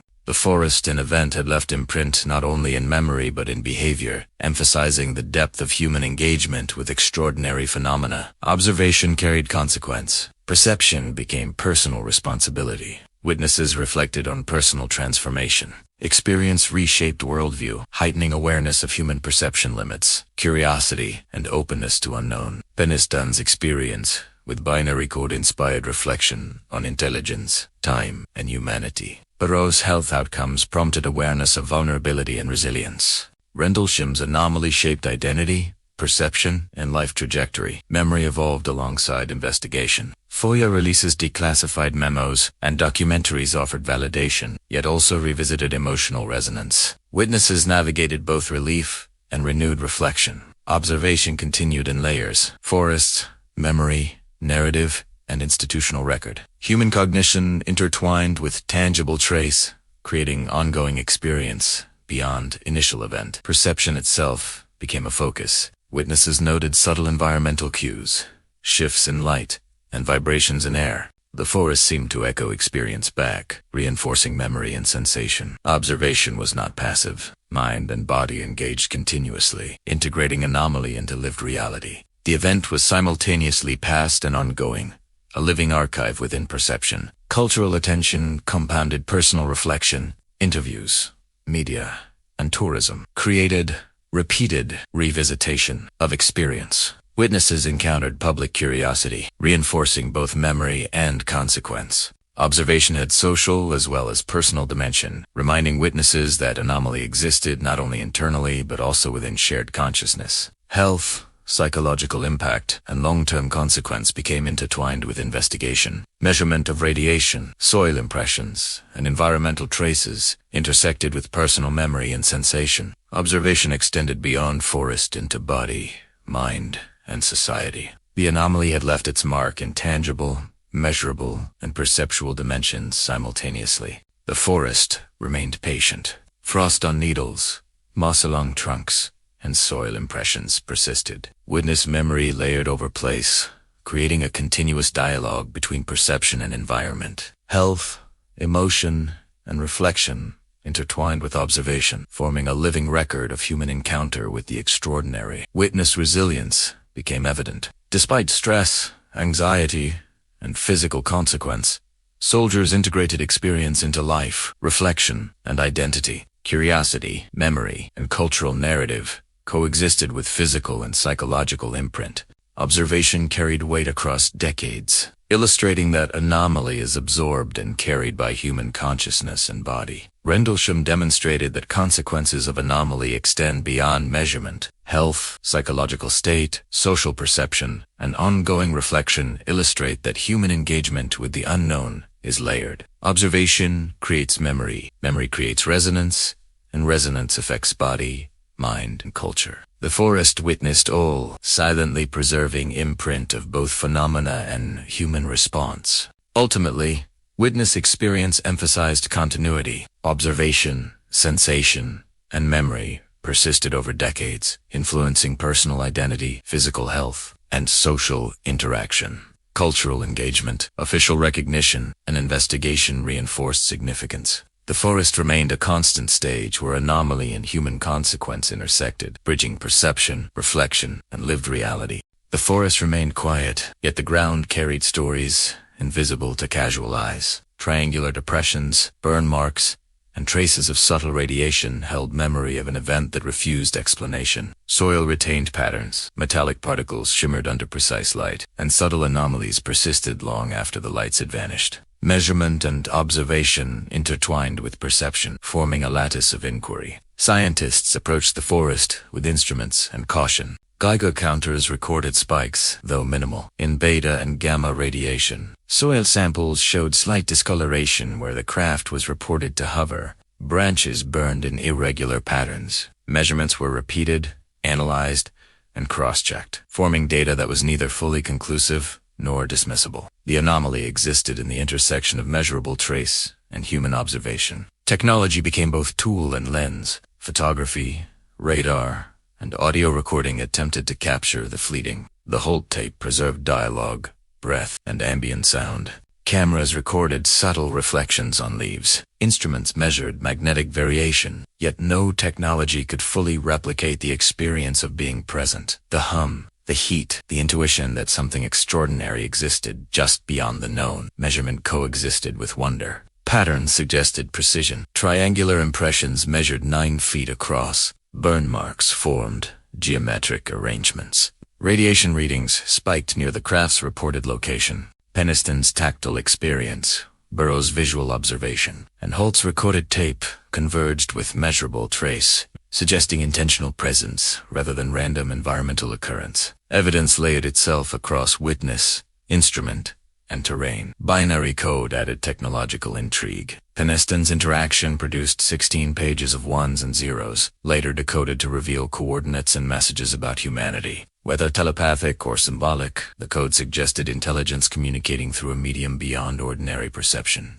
Technology became both artifact and bridge. Craft, forest, and human cognition intersected in the creation of a coded message that challenged ordinary scientific understanding. Experimental replication explored possibilities. Scientists examined materials, geometry, and light behavior. Burn patterns and soil compression were compared to known phenomena, meteorites, vehicle tracks, and environmental stress. None fully explained the combination of impressions, radiation, and multi-witness perception. Physical evidence remained partial but persistent, forming the substrate of investigation and reflection. Observers noted environmental factors. Frost reflected light in unexpected ways. Wind shifted tree shadows, creating illusions of motion. Yet anomalies persisted beyond natural explanation. Multiple witnesses, each observing independently, confirmed the presence of triangular form, heat, and energy. Instruments recorded deviations. Observation intersected with physical trace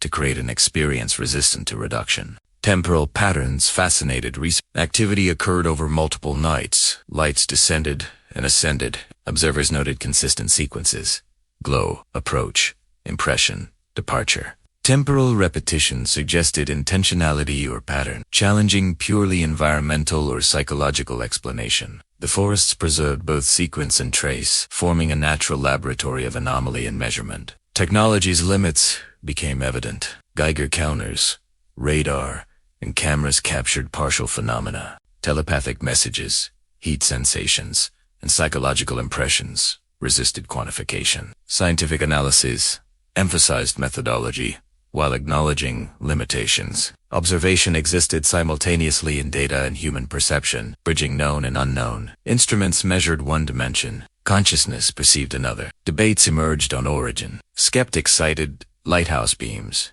meteors, and optical illusions. Proponents emphasized multiple witnesses, physical trace, and coded messages. Binary coordinates linked experience to distant locations, implying intelligence and intent. Technology and observation combined to create a multi-layered puzzle that could be partially measured but not fully solved. Evidence and perception coexisted, forming a continuum across forest, body, and mind. Replication experiments attempted to simulate impressions. Geometry, energy, and environmental effects were recreated in controlled settings. Observers reported similarity in visual experience, but physical and cognitive resonance persisted only in the original site. Measurement revealed correlation. Subjective experience resisted duplication. Rendlesham illustrated the boundary between instrumentation and lived phenomenon. Artifacts, though subtle, were documented. Soil samples retained slight magnetic deviation. Trees exhibited minor charring, frost,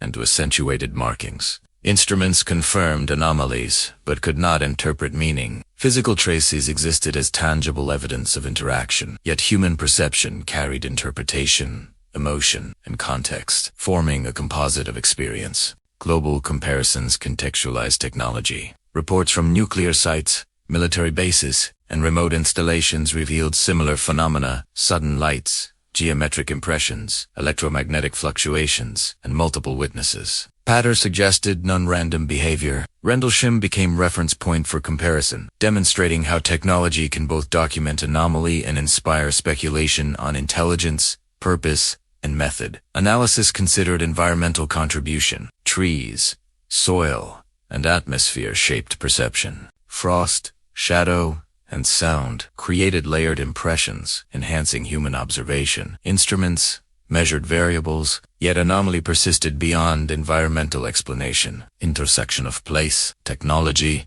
and cognition created conditions where experience exceeded ordinary expectation. Forest, instrument, and observer were inseparable. Binary codes, technological implication, extended curiosity. Could information be transmitted non-physically? Was intelligence signaling across space, time, or dimension? Scholars debated telepathy, symbolic representation, and archetypal encoding. Observation and measurement intersected with cognition to form technology of perception. Human mind, binary code, and forest imprint became instruments of understanding. Physical, trace-shaped, narrative. Triangular indentations, minor burn patterns, and radiation deviations anchored stories and materiality. Witness observation layered, meaning atop evidence. Technology documented, yet also interpreted. Each measurement, each photo, each sample added dimension to narrative. Observation, trace, and reflection formed a living archive. Technological limitations preserved mystery. Instruments could measure heat, radiation, and geometry. They could not measure AOD resonance or telepathic impression. The anomaly existed in the interplay of observation, record, and perception. Measurement confirmed occurrence. Human experience confirmed significance. Together, they formed a continuum bridging science, culture, and consciousness. Rendlesham inspired future inquiry. Instruments and methodology refined with each revisit. Soil samples preserved historical data. Red lights and frost patterns became data points for comparative research. Technology became medium to access anomaly while respecting its elusiveness. Observation was layered. Forest, human, instrument, and technology converged to create experience resistant to simplification. Analysis emphasized layered understanding. Physical traces documented anomaly. Instruments recorded quantitative data. Witnesses carried qualitative perception.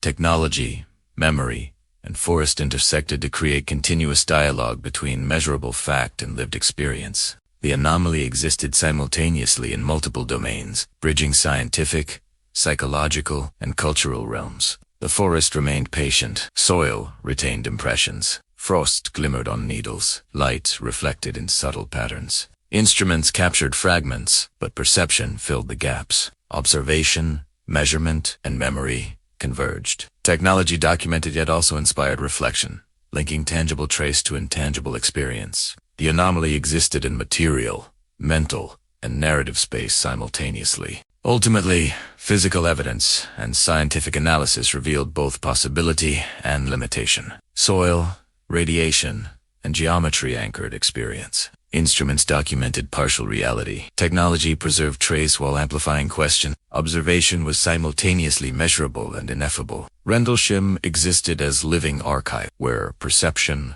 measurement, and intelligence intersected.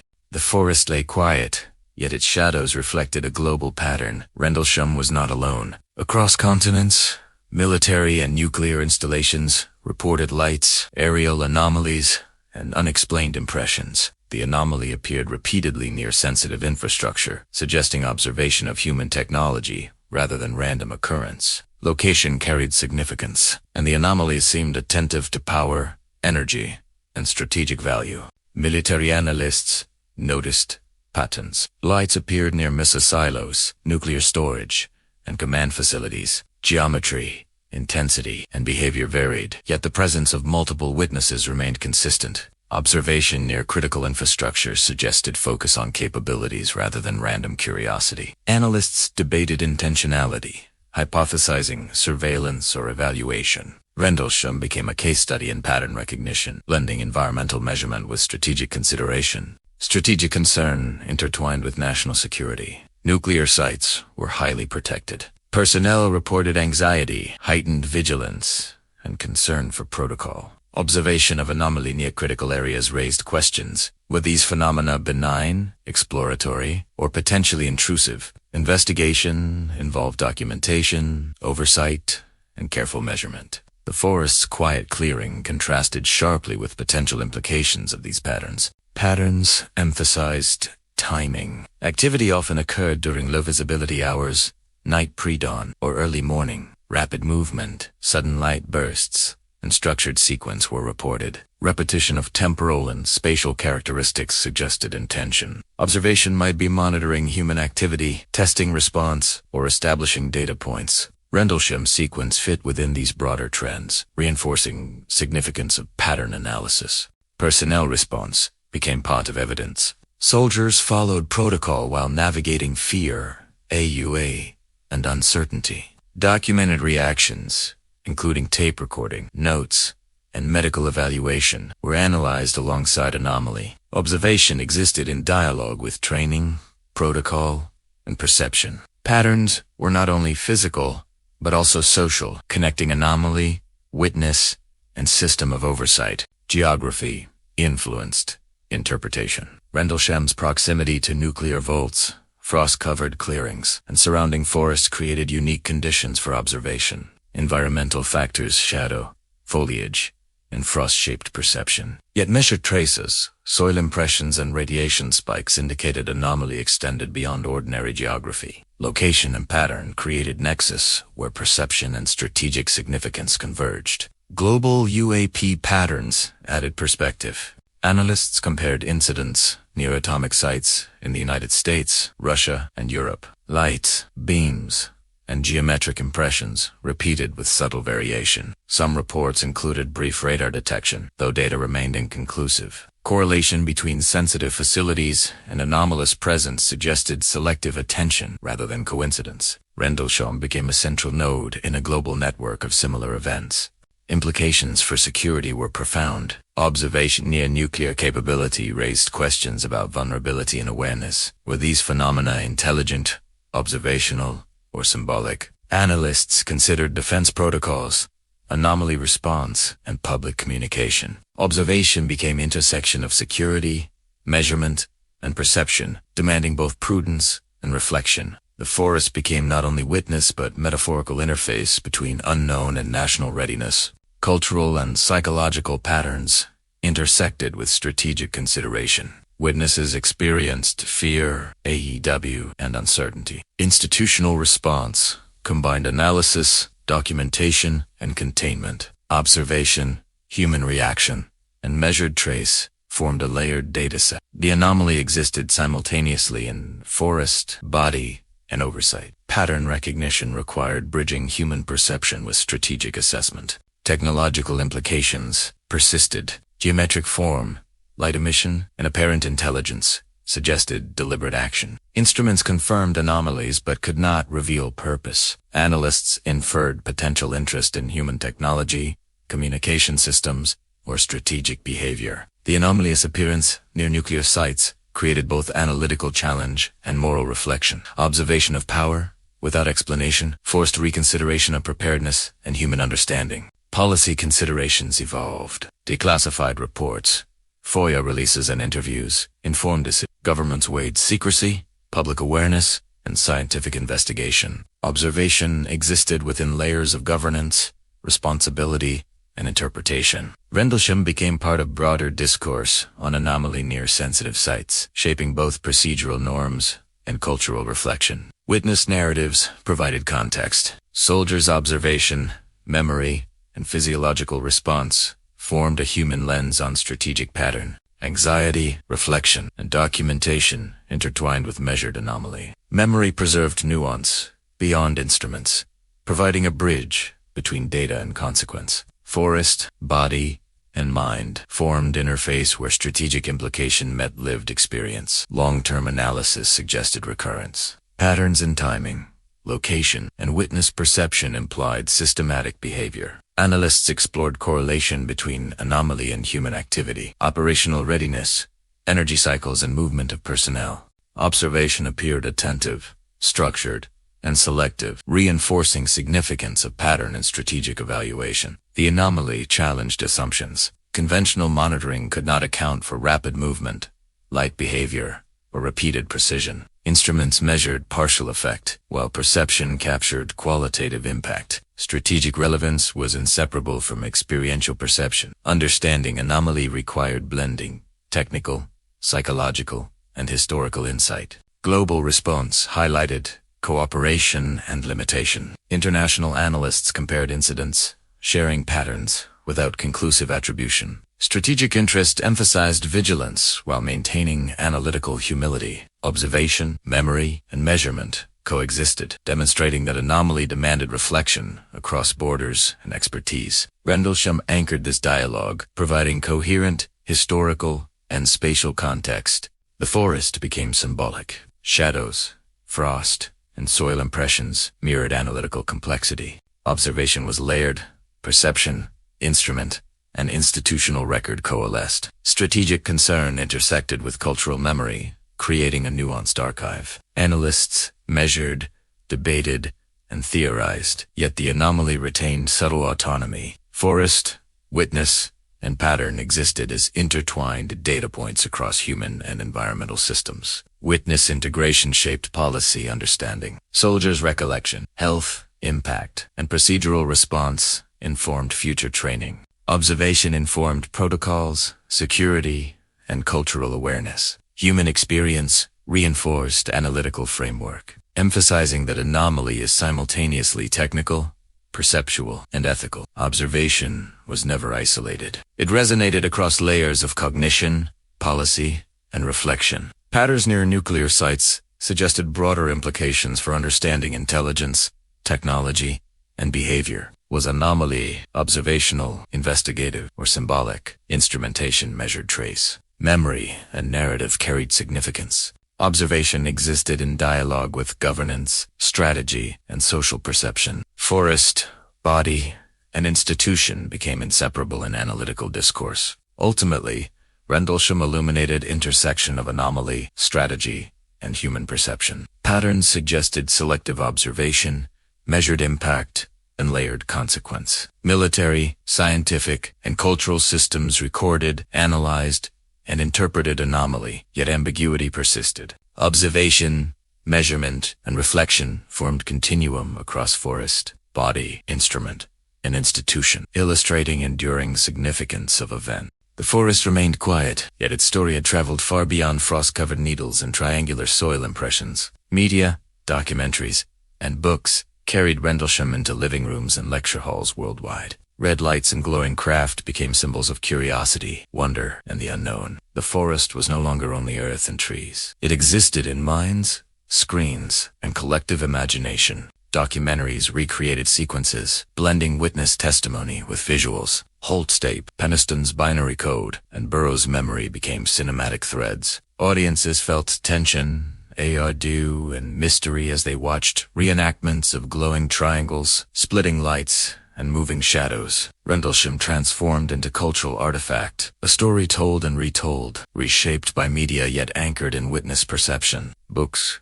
chronicled events, blending investigation, personal recollection, and analysis. Authors highlighted skepticism, pattern recognition, and anomalous trace. Readers encountered forest, lights, and observers simultaneously. Observation was preserved not only in soil or tape, but in narrative form, reaching audiences who never walked its frost-lined paths. Cultural transmission extended Anomaly across decades and continents. Tourism became part of experience. The UFO trail in Suffolk invited visitors to walk the forest paths, imagining lights, tracing triangular impressions, and engaging sensory memory. Frost, shadow, and moss became narrative anchors. Tourists observed quietly, feeling resonance of both history and imagination. Forest, visitor, and story interacted, creating participatory reflection where Anomaly existed as experience, not merely account. Global discussion expanded curiosity. Conferences, podcasts,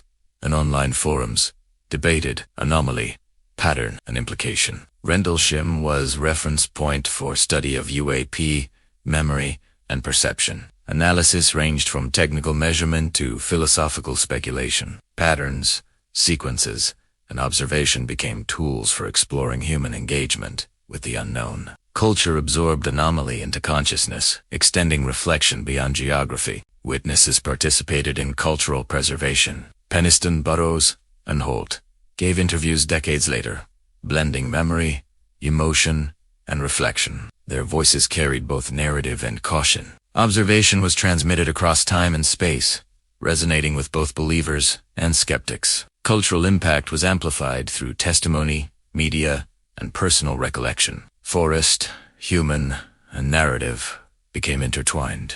Media representation emphasized AOE and mystery. Visual reenactments highlighted red lights, binary sequences, and triangular forms. Soundtracks, narration, and cinematic technique created immersive experience. Audiences felt presence of Anomaly through narrative, visual, and auditory cues. Observation extended into imagination, forming participatory engagement with memory and trace. The forest became simultaneously real and imagined. Cultural impact included global curiosity. Rendlesham inspired books, films, and discussions across continents. UFO enthusiasts, researchers, and casual observers traced patterns, analyzed tape, and walked trails. The story became symbolic of human fascination with unknown intelligence, technology, and experience. Observation, memory, and narrative merged into cultural consciousness. Tourism influenced local economy. Suffolk benefited from visitors seeking experience of forest,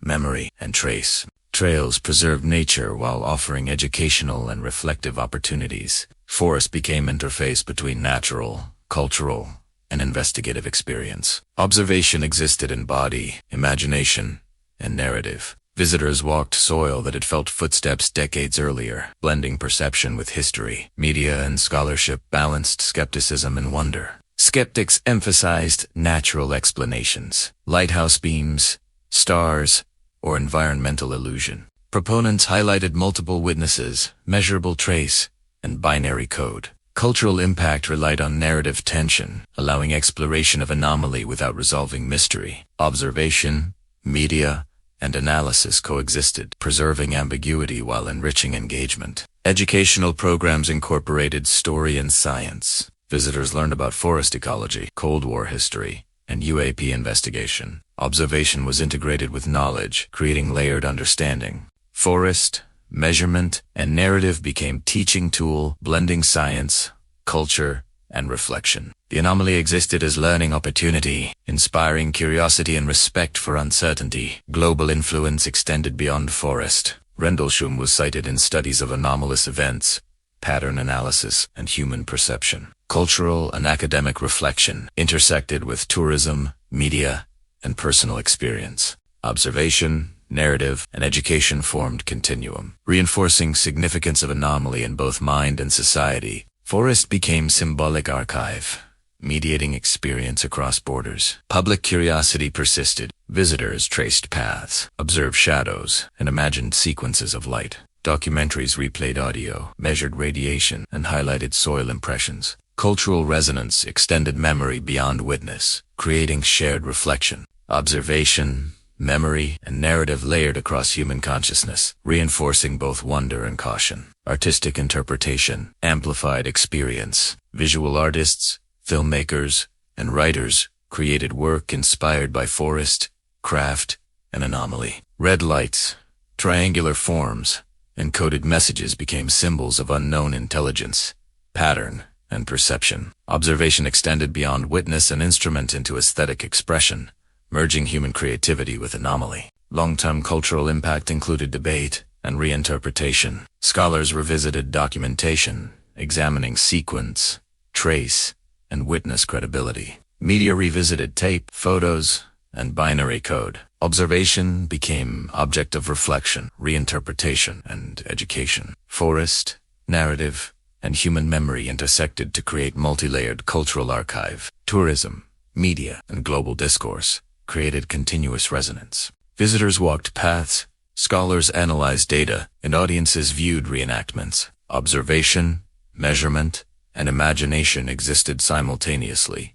Rendlesham became symbol of interplay between fact, perception, and culture. Forest, witness, and global audience participated in living archive of anomaly. Witness reflection reinforced cultural narrative. Soldiers revisited memory with caution and pride. Observation was preserved in story, measurement, and trail. Cultural impact bridged experience across generations, extending reflection into imagination. The forest, once silent observer, became active participant in cultural consciousness. Cultural curiosity bridged skepticism and wonder. Observation, measurement, and narrative layered experience across media, tourism, and scholarship. Anomaly persisted not only in forest, but in imagination, dialogue, and memory. Rendlesham became archetype of human engagement with unknown phenomena. Ultimately, cultural impact demonstrated resilience of memory and imagination. Forest, instruments, witnesses, and narrative formed continuum of experience. Tourism, media, and global discussion amplified resonance. Observation existed in multiple domains: material, perceptual, and cultural. Rendlesham forests remain both forests and story, a living archive of anomaly, human perception, and imagination. The forest remained still, yet not all who walked its paths were convinced of the extraordinary. Skeptics observed carefully, analyzing sequence, perception, and environment. Observation, they argued, was filtered through human expectation, memory, and circumstance. Lights, shadows, and impressions could be measured, but interpretation could mislead. The forest's quiet masked multiple possibilities. Ian Ridpath and other analysts emphasized mundane explanation. Lighthouse beams, particularly from Orford Ness, traced movement across terrain. Media trails, bright stars, and atmospheric reflection created visual patterns easily misinterpreted. Skeptics suggested that red glow splitting into multiple points could be optical illusion, enhanced by night vision and psychological expectation. Observation, they argued, was vulnerable to context and attention. Critical review highlighted timing and geography. The December 26 meteor provided natural illumination. Frost and fog altered perception. Trees, branches, and terrain created shifting shadows. Observers, walking patrol routes, were primed for unusual detection. Sequence and repetition existed, but environmental and cognitive factors could shape interpretation. The forest interacted with human perception as much as Anomaly did. Memory reliability became central question. Penniston and Burroughs reported vivid sensation, binary code, and heat. Yet skeptics noted that recollection decades later could blend experience with expectation, hypnosis, or suggestion. Memory, as instrument, was imperfect. Emotional intensity, stress, and anticipation heightened perception, forming narrative that could exceed measured reality. Observation merged fact with impression. Instrumental evidence received scrutiny. Geiger counters measured radiation, but spikes were minor and sometimes within background fluctuation. Soil depressions could result from fallen branches or animal activity. Trees burned superficially, consistent with natural causes. Skeptical analysis emphasized that instruments were not in error, but Anomaly might be environmental or coincidental rather than extraordinary. The forest provided ambiguity, not certainty. Witnessed consistency was debated. Multiple observers reported lights and triangular craft, yet small discrepancies emerged in timing, sequence, and detail. Warren's account of entity sighting was questioned as exaggeration. Differences in observation did not invalidate experience. Yet skeptics suggested selective attention, interpretive bias, and environmental distortion as explanations. Observation, memory, and report were intertwined, making narrative both human and uncertain. Psychological framework influenced interpretation. Perception of anomaly can arise from expectation, cultural context, and stress. Soldiers trained for vigilance, yet under low light,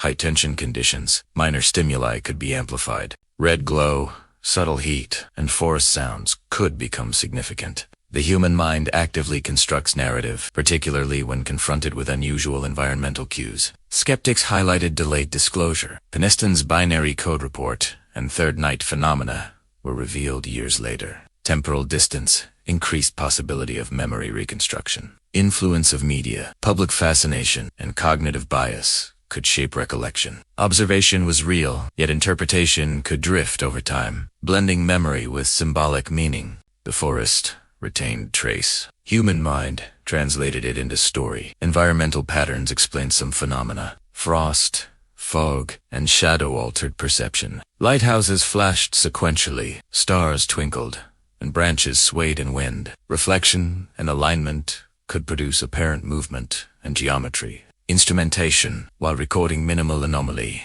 suggested environment played major role. Observation became dialogue between forest and cognition. Critical review emphasized method. FOIA releases memos, and tape provided tangible evidence, yet interpretation required caution. Documentation confirmed observation of light, sequence, and environmental effect, but conclusions about intelligence, technology, or time remained speculative. Skeptical analysis applied discipline, measurement, pattern recognition, and probability. Observation was preserved, but causality remained open. Media and culture influenced perception. Documentary reenactments dramatized lights, sequences, and coded messages. Public fascination created reinforcement of memory and narrative. Skeptics noted that amplification could bias interpretation, blending fact with legend. Observation became not only direct but mediated, extending forest, memory, and perception into collective imagination. Alternative natural explanations included psychological, environmental, and technical factors. Night vision, expectation, and prior training heightened awareness. Meteor, lighthouse, and atmospheric refraction accounted for visual effects. Subtle magnetic anomalies and radiation spikes could be background fluctuation. Triangular soil depressions could be coincidental or minor mechanical effect. Observation remained remarkable, yet not necessarily extraordinary. Patterns were analyzed for coincidence. Timing, multiple nights, and human response suggested both environmental and psychological interaction. Repetition reinforced perception, but did not demand extraordinary cause. Skeptical review emphasized probabilistic analysis. Patterns may emerge from combination of natural events, expectation, and attentive observation. The forest recorded, yet human interpretation wove narrative beyond measurable trace. Witness credibility remained central to debate. Soldiers were trained, credible, and consistent in reporting. Yet skeptics emphasized that training also heightens sensitivity to environmental cues. Observation, while genuine, was interpreted through perceptual framework, shaped by expectation, prior knowledge, and social context.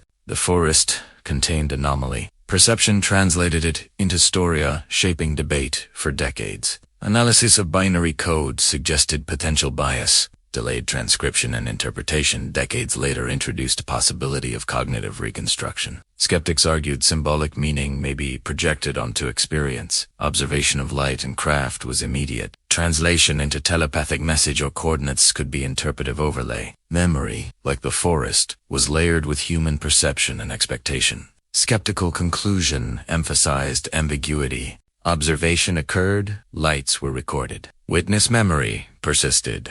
Yet extraordinary interpretation, extraterrestrial or temporal, remained unproven. Natural explanations were plausible, encompassing environmental, psychological, and technical factors. Measurement, perception, and narrative coexisted in tension between wonder and caution. Despite skepticism, anomaly inspired inquiry. Analysis required attention to both human experience and instrumentation. Memory, narrative, and environmental trace formed composite archive. Forest, observer, and measurement interacted, producing continuous reflection. Observation remained human, layered, and interpretive, leaving space for all without asserting certainty. Rendlesham's value persisted in debate. Skeptics highlighted plausible explanation. Proponents emphasized persistent anomaly. Measurement, documentation, and testimony preserved factual base, while perception added dimension. The forest, lights, and impressions existed in multiple layers, instrumented, observed, and remembered. Observation was simultaneously objective and subjective, material and psychological. The forest absorbed scrutiny quietly. Frost, soil, and moss recorded impressions. Shadow and sound preserved fleeting motion. Observation by humans layered memory atop trace, forming archive of ambiguity. Skeptical analysis did not diminish experience. It provided context, alternative explanation, and methodological rigor. Forest, perception, and narrative coexisted, balancing wonder and discipline. Ultimately, Chapter 19 demonstrated tension between evidence and interpretation. Skeptical analysis emphasized environment, psychology, and documentation. Observation remained remarkable, yet alternative explanations persisted. Memory, trace, and instrument provide a layered record. Forest, witness, and analysis created continuum where anomaly could be studied, debated, and appreciated without demanding extraordinary cause. The forest remained quiet yet alive in memory, even decades later. In 2025, attention returned. New interviews, testimonies, and documentaries rekindled inquiry. Soldiers and civilians who had witnessed the lights, the craft, and strange impressions walked again through both memory and terrain, reflecting on experience with distance, care, and renewed awareness. The anomaly had survived time, reshaped by context, observation, and cultural reflection. Major Laurie Refelt recalled details with calm clarity, describing subtle changes in the environment during original events. Capel Green had become center of renewed attention, a location tied to minor anomalies and witness reflection. Observers noted soft lights, unusual patterns, and fleeting figures, echoing reports from decades earlier. Observation persisted across time, creating continuum between past and present, perception and analysis. Steve Longuaro described entity sightings with attention to nuance. His recollection was detailed, yet measured, emphasizing sensation and environment rather than interpretation. Fear and curiosity intertwined. Memory preserved motion, color, and sound. The human mind became both recorder and analyst. Experience was layered. Forest, body, and memory blended to create impression beyond mere description. Modern technology expanded assessment. Drones, thermal imaging, and sensitive sensors documented forest, atmosphere, and soil. Subtle variations in magnetic fields and temperature were recorded. Patterns of light and motion were re-examined. Instruments extended human perception, bridging gap between observation and measurable data. Forests became stage 4 convergence of human memory and technological inquiry. Halt's tape remained central. Audio captured reaction, breath, and ambient sound. Modern analysis of the tape provided insight into perception, environment, and human response. Red glow, splitting lights, and dynamic movement were preserved in both original recording and modern digital reproduction. Observation existed as past memory, present reflection, and mediated archive. Binary code retained the fascination. Penniston's 16 pages of ones and zeros, decoded decades later, suggested intelligence capable of communication beyond ordinary understanding. Coordinates, messages of human exploration, and references to distant sites continued to provoke curiosity. Modern research contextualized code within historical events, human perception, and potential technological implication. Observation, measurement, and interpretation converged. 2025 reassessment emphasized multidisciplinary approach. Psychologists, physicists, historians, and cultural analysts collaborated to understand impact, context, and consequence. Memory, observation, and trace were studied holistically. Environmental, physiological, and technological data were integrated. Rendlesham became living case study, bridging human experience, science, and cultural resonance. Witnesses reflected on long-term consequences. Penniston described persistent dreams and tactile memory. Burroughs emphasized health implications, recognition by VA, and psychological impact. Reflection incorporated decades of observation, cultural attention, and scientific re-examination. Memory and consequence intertwined, shaping contemporary perspective on anomaly and its influence. Media revisited event documentaries, podcasts, and online platforms analyzed testimony, trace, and sequence. Modern reenactments merged original recordings with digital simulation. Audiences experienced forest, lights, and observation in immersive way. Cultural resonance amplified curiosity while reinforcing documentation of anomaly, preserving witness perception alongside analytical inquiry. Scientific methods were applied rigorously. Soil samples were compared to historical records. Radiation traces were evaluated in context of background fluctuation and prior instrumentation. Thermal and magnetic anomalies were mapped against historical observation.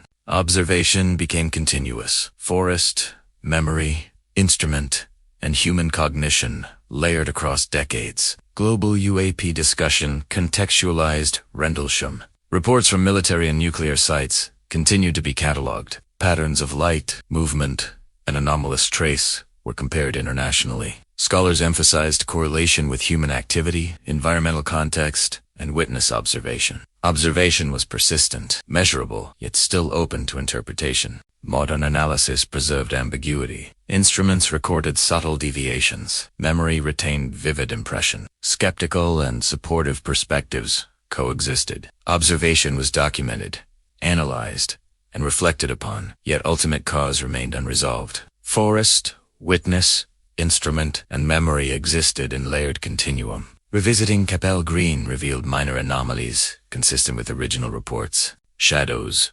movement, and subtle energy were documented. Instruments confirmed minor variations, amplifying observation. Witness recollection added narrative depth. Past and present converged, creating multidimensional archive of anomaly. Forest became both historical record and active interface with perception. Public attention remained intense. Podcasts and online discussions highlighted new testimonies, emphasizing significance and curiosity. Rendlesham became emblem of ongoing inquiry. Anomaly, perception, and consequence coexisted. Observation was layered across time, instrument, culture, and memory, preserving resonance in human and collective consciousness. Modern reassessment underscored ethical responsibility. Witness well-being, historical accuracy, and scientific integrity were emphasized. Observation extended beyond event itself, influencing research protocols, public communication, and cultural reflection. Forest, human, and narrative merged into continuum of investigation and memory. Patterns persisted. Light, energy, and impression continued to appear subtly during observation periods. Sequence and recurrence suggested structured anomaly. Modern technology documented occurrence without dictating interpretation. Forest and witness were inseparable from analytical framework, forming dynamic archive of anomaly and consequence. Integration of data informed policy and inquiry. Analysts emphasized documentation, transparency, and interdisciplinary collaboration. Memory, measurement, and narrative were treated equally, reflecting complexity of human perception and environmental interaction. Observation became collaborative process, extending across decades and disciplines. Rendlesham's anomaly remained unresolved, yet influential. Witness perception, physical trace, and modern instrumentation converged to preserve event. Observation existed in forest, body, mind, and technology. 2025, research reaffirmed Anomaly's persistence, cultural resonance, and significance in UAP studies. Forest became timeless archive, witness and instrument coexisting in reflection. Ultimately, Chapter 20 demonstrated continuity. Observation, memory, and measurement bridged decades. Modern reassessment incorporated technology, testimony, and culture into holistic understanding. Forest, witness, and narrative formed dynamic archive, preserving anomaly in past, present, and collective consciousness. The lights, craft, and binary code remained luminous in memory, analysis, and imagination, awaiting future interpretation.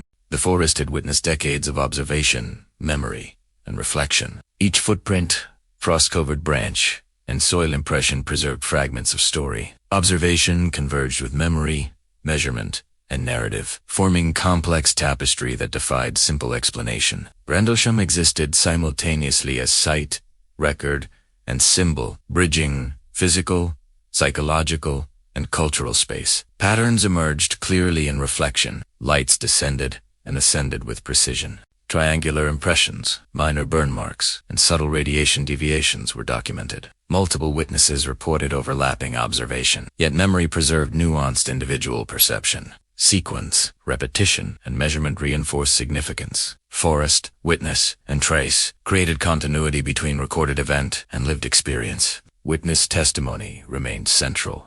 Penniston's tactile interaction, Burroughs' visual observation, and Halt's tape captured moments of tension, wonder, and insight. Each observer contributed unique perspective. Recollection was vivid yet shaped by context. Physical trace existed independently, yet perception amplified meaning. Observation existed in dialogue between human, forest, and anomaly. Binary code exemplified convergence of experience and analysis. 16 pages of ones and zeros, decoded decades later, suggested intelligence communicating across dimension, space, or time. Coordinates linked distant sites, while messages reflected continuity of human exploration. Technology and perception merged, creating artifact that was simultaneously material, symbolic, and interpretive. Forest became stage for intelligence, human observation, and technological artifact to intersect. Scientific analysis confirmed measurable anomaly.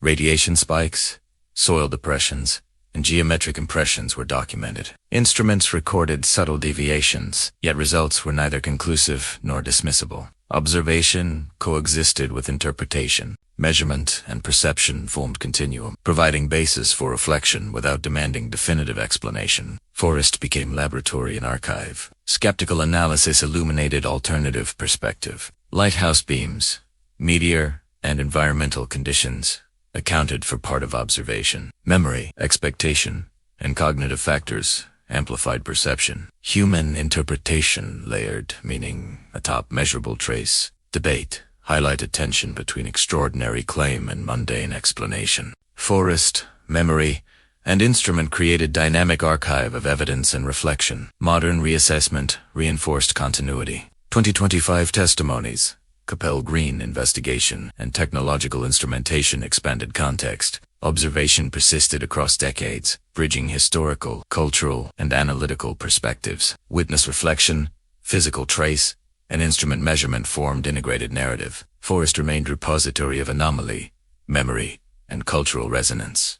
Cultural impact intertwined with analysis. Media, books, and documentaries transmitted story globally. Tourism, UFO trails, and educational programs reinforced continuity of observation. Observation existed in physical, perceptual, and cultural domains. Forest, story, and human imagination interacted continuously, amplifying resonance of event beyond geography and time. Patterns near nuclear sites suggested attentive anomaly. Observation at sensitive locations, documented and corroborated, suggested selective focus. Instruments recorded partial trace. Human witnesses preserved nuanced perception. Strategic implication, technological curiosity, and cultural reflection converged, creating multi-layered archive. Observation was simultaneously immediate and historical. Integration of evidence revealed convergence. Witness, trace, instrument, and narrative aligned across multiple domains. Observation occurred over multiple nights,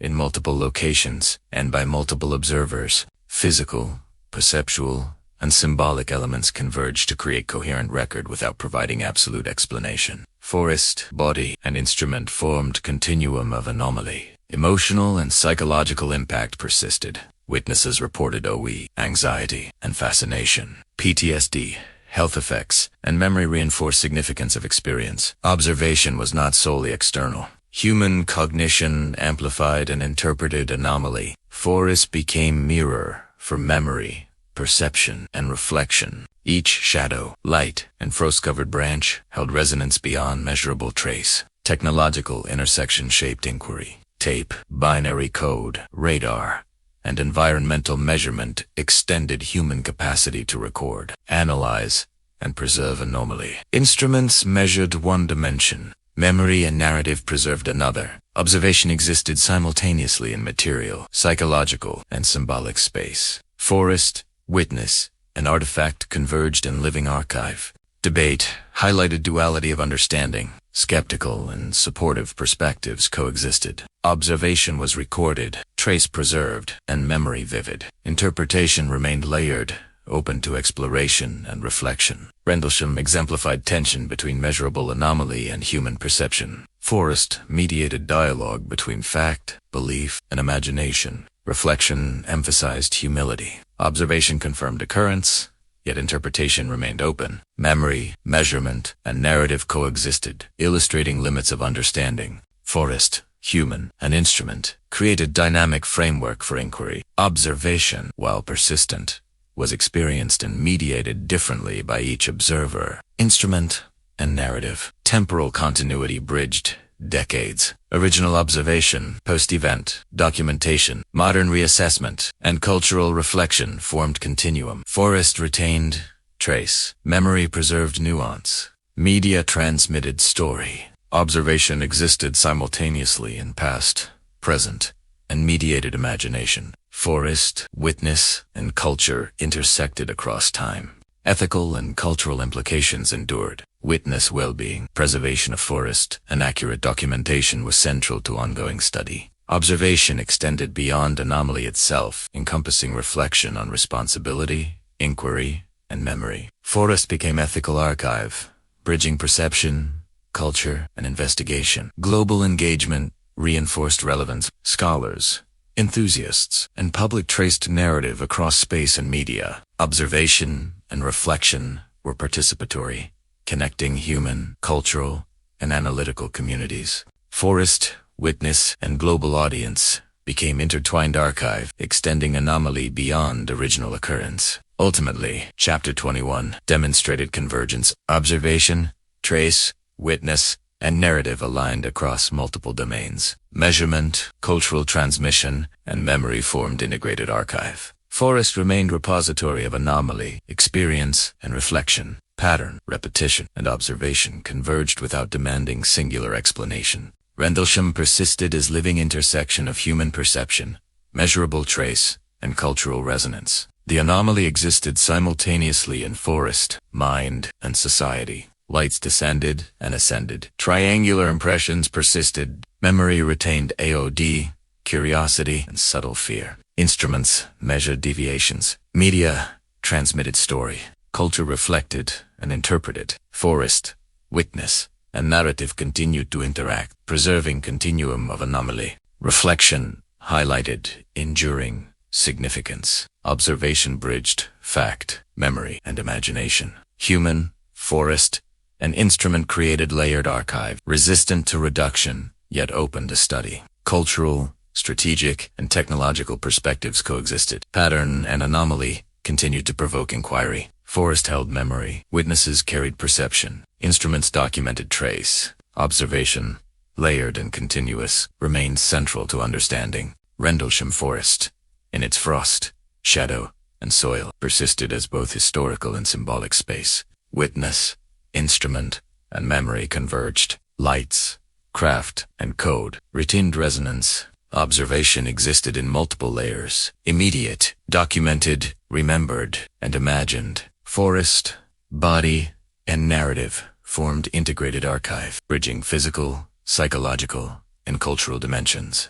The forest falls silent once again. Shadows stretch across frost-laden clearings, where the echoes of December 1980 still linger. Rendlesham Forest has witnessed countless steps, whispers, and glances upward toward the sky, and yet it retains an air of mystery that words can only partially capture. It exists simultaneously as place, memory, and singular repository of human experience and unanswered questions. The events that unfolded within its depths, the glowing lights, the triangular craft, the binary code, and the testimonies of those who saw, felt, and measured the inexplicable continue to resonate with anyone who dares to look closely at the world around them. Even now, decades later, the stories remain vivid. Sergeant Jim Penniston recalls touching the craft, the hum of energy beneath his fingers, and the transmission of binary code that seemed to carry knowledge far beyond his comprehension. Airman John Burroughs remembers the red glow, the silent liftoff, and the subtle, strange weight of witnessing something that had no ordinary explanation. Lieutenant Colonel Chalice Halt, documenting every movement of lights,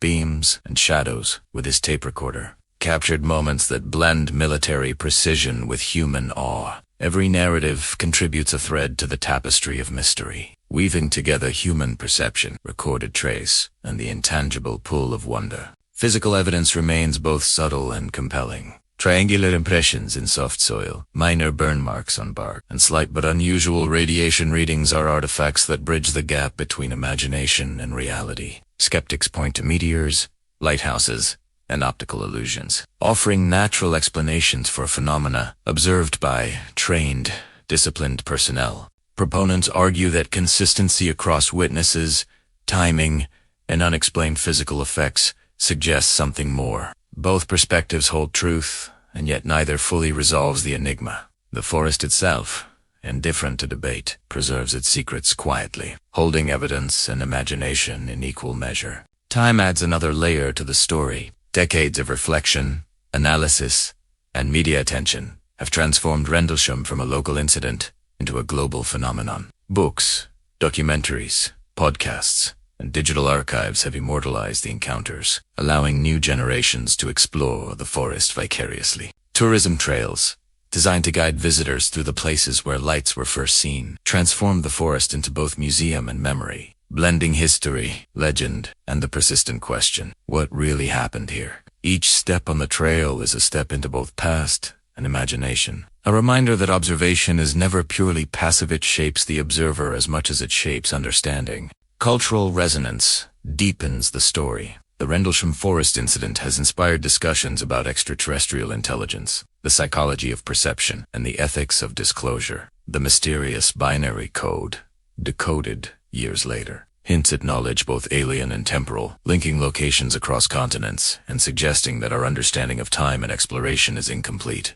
The codes miss exploration of humanity continuous for planetary advance. Origin year 8100 reminds us that human curiosity is ongoing, that the pursuit of knowledge, whether through science, observation, or imagination, is eternal. Even if the source remains unproven, the impact is undeniable. It challenges assumptions, ignites wonder, and expands the boundary of what we consider possible. Witnesses themselves carry the lasting emotional weight. Some struggled with health issues, PTSD, or skepticism from peers. The story is as much about human resilience and perception as it is about lights in the sky. Penniston, Burroughs, Halt, and others have shown that observation can transform ordinary lives, that bearing witness to the extraordinary leaves traces far beyond the physical. Account, while subjective, reinforces a collective memory that blends fact, perception, and their experiences remind us that the human mind, trained or ordinary, encounters reality filtered through expectation,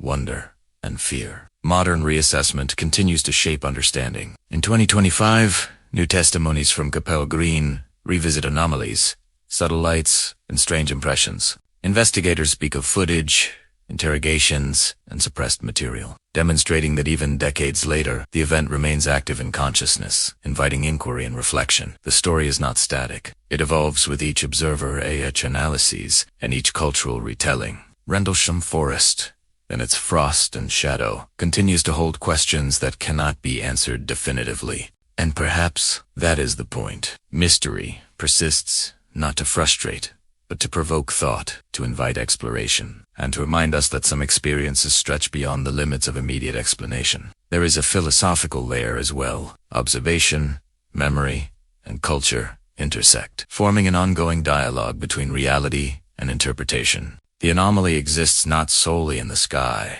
soil, or witness memory. It exists in the tension between them, in the reflective space where human perception meets the unknown. The lights, the craft, the binary code, and the physical traces are all part of a continuum. The forest, the witnesses, and human imagination, co-creating a narrative that is part history, part myth, and part living mystery. As we leave Rendlesham Forest behind, we carry more than stories. We carry wonder, curiosity, and the reminder that the universe holds surprises that challenge our assumptions. Lights may rise or fall, memories may fade or sharpen, but the questions endure. What is the nature of intelligence beyond our own? How does perception shape reality? What traces will our own lives leave in the forests, skies, and stories of the future? Tonight, on Night Whisper, we have walked the frost-covered paths, felt the hum of unknown energy, listened to the whispers of the forest, and traced the lines of memory and evidence. Rendlesham Forest remains a living enigma, a place where time, perception, and reality converge. It reminds us that some mysteries are meant to be lived, experienced, and pondered, not merely solved. And as you close your eyes or look up at the night sky, remember, the unknown is never far, and sometimes it is waiting quietly in the shadows, ready to whisper.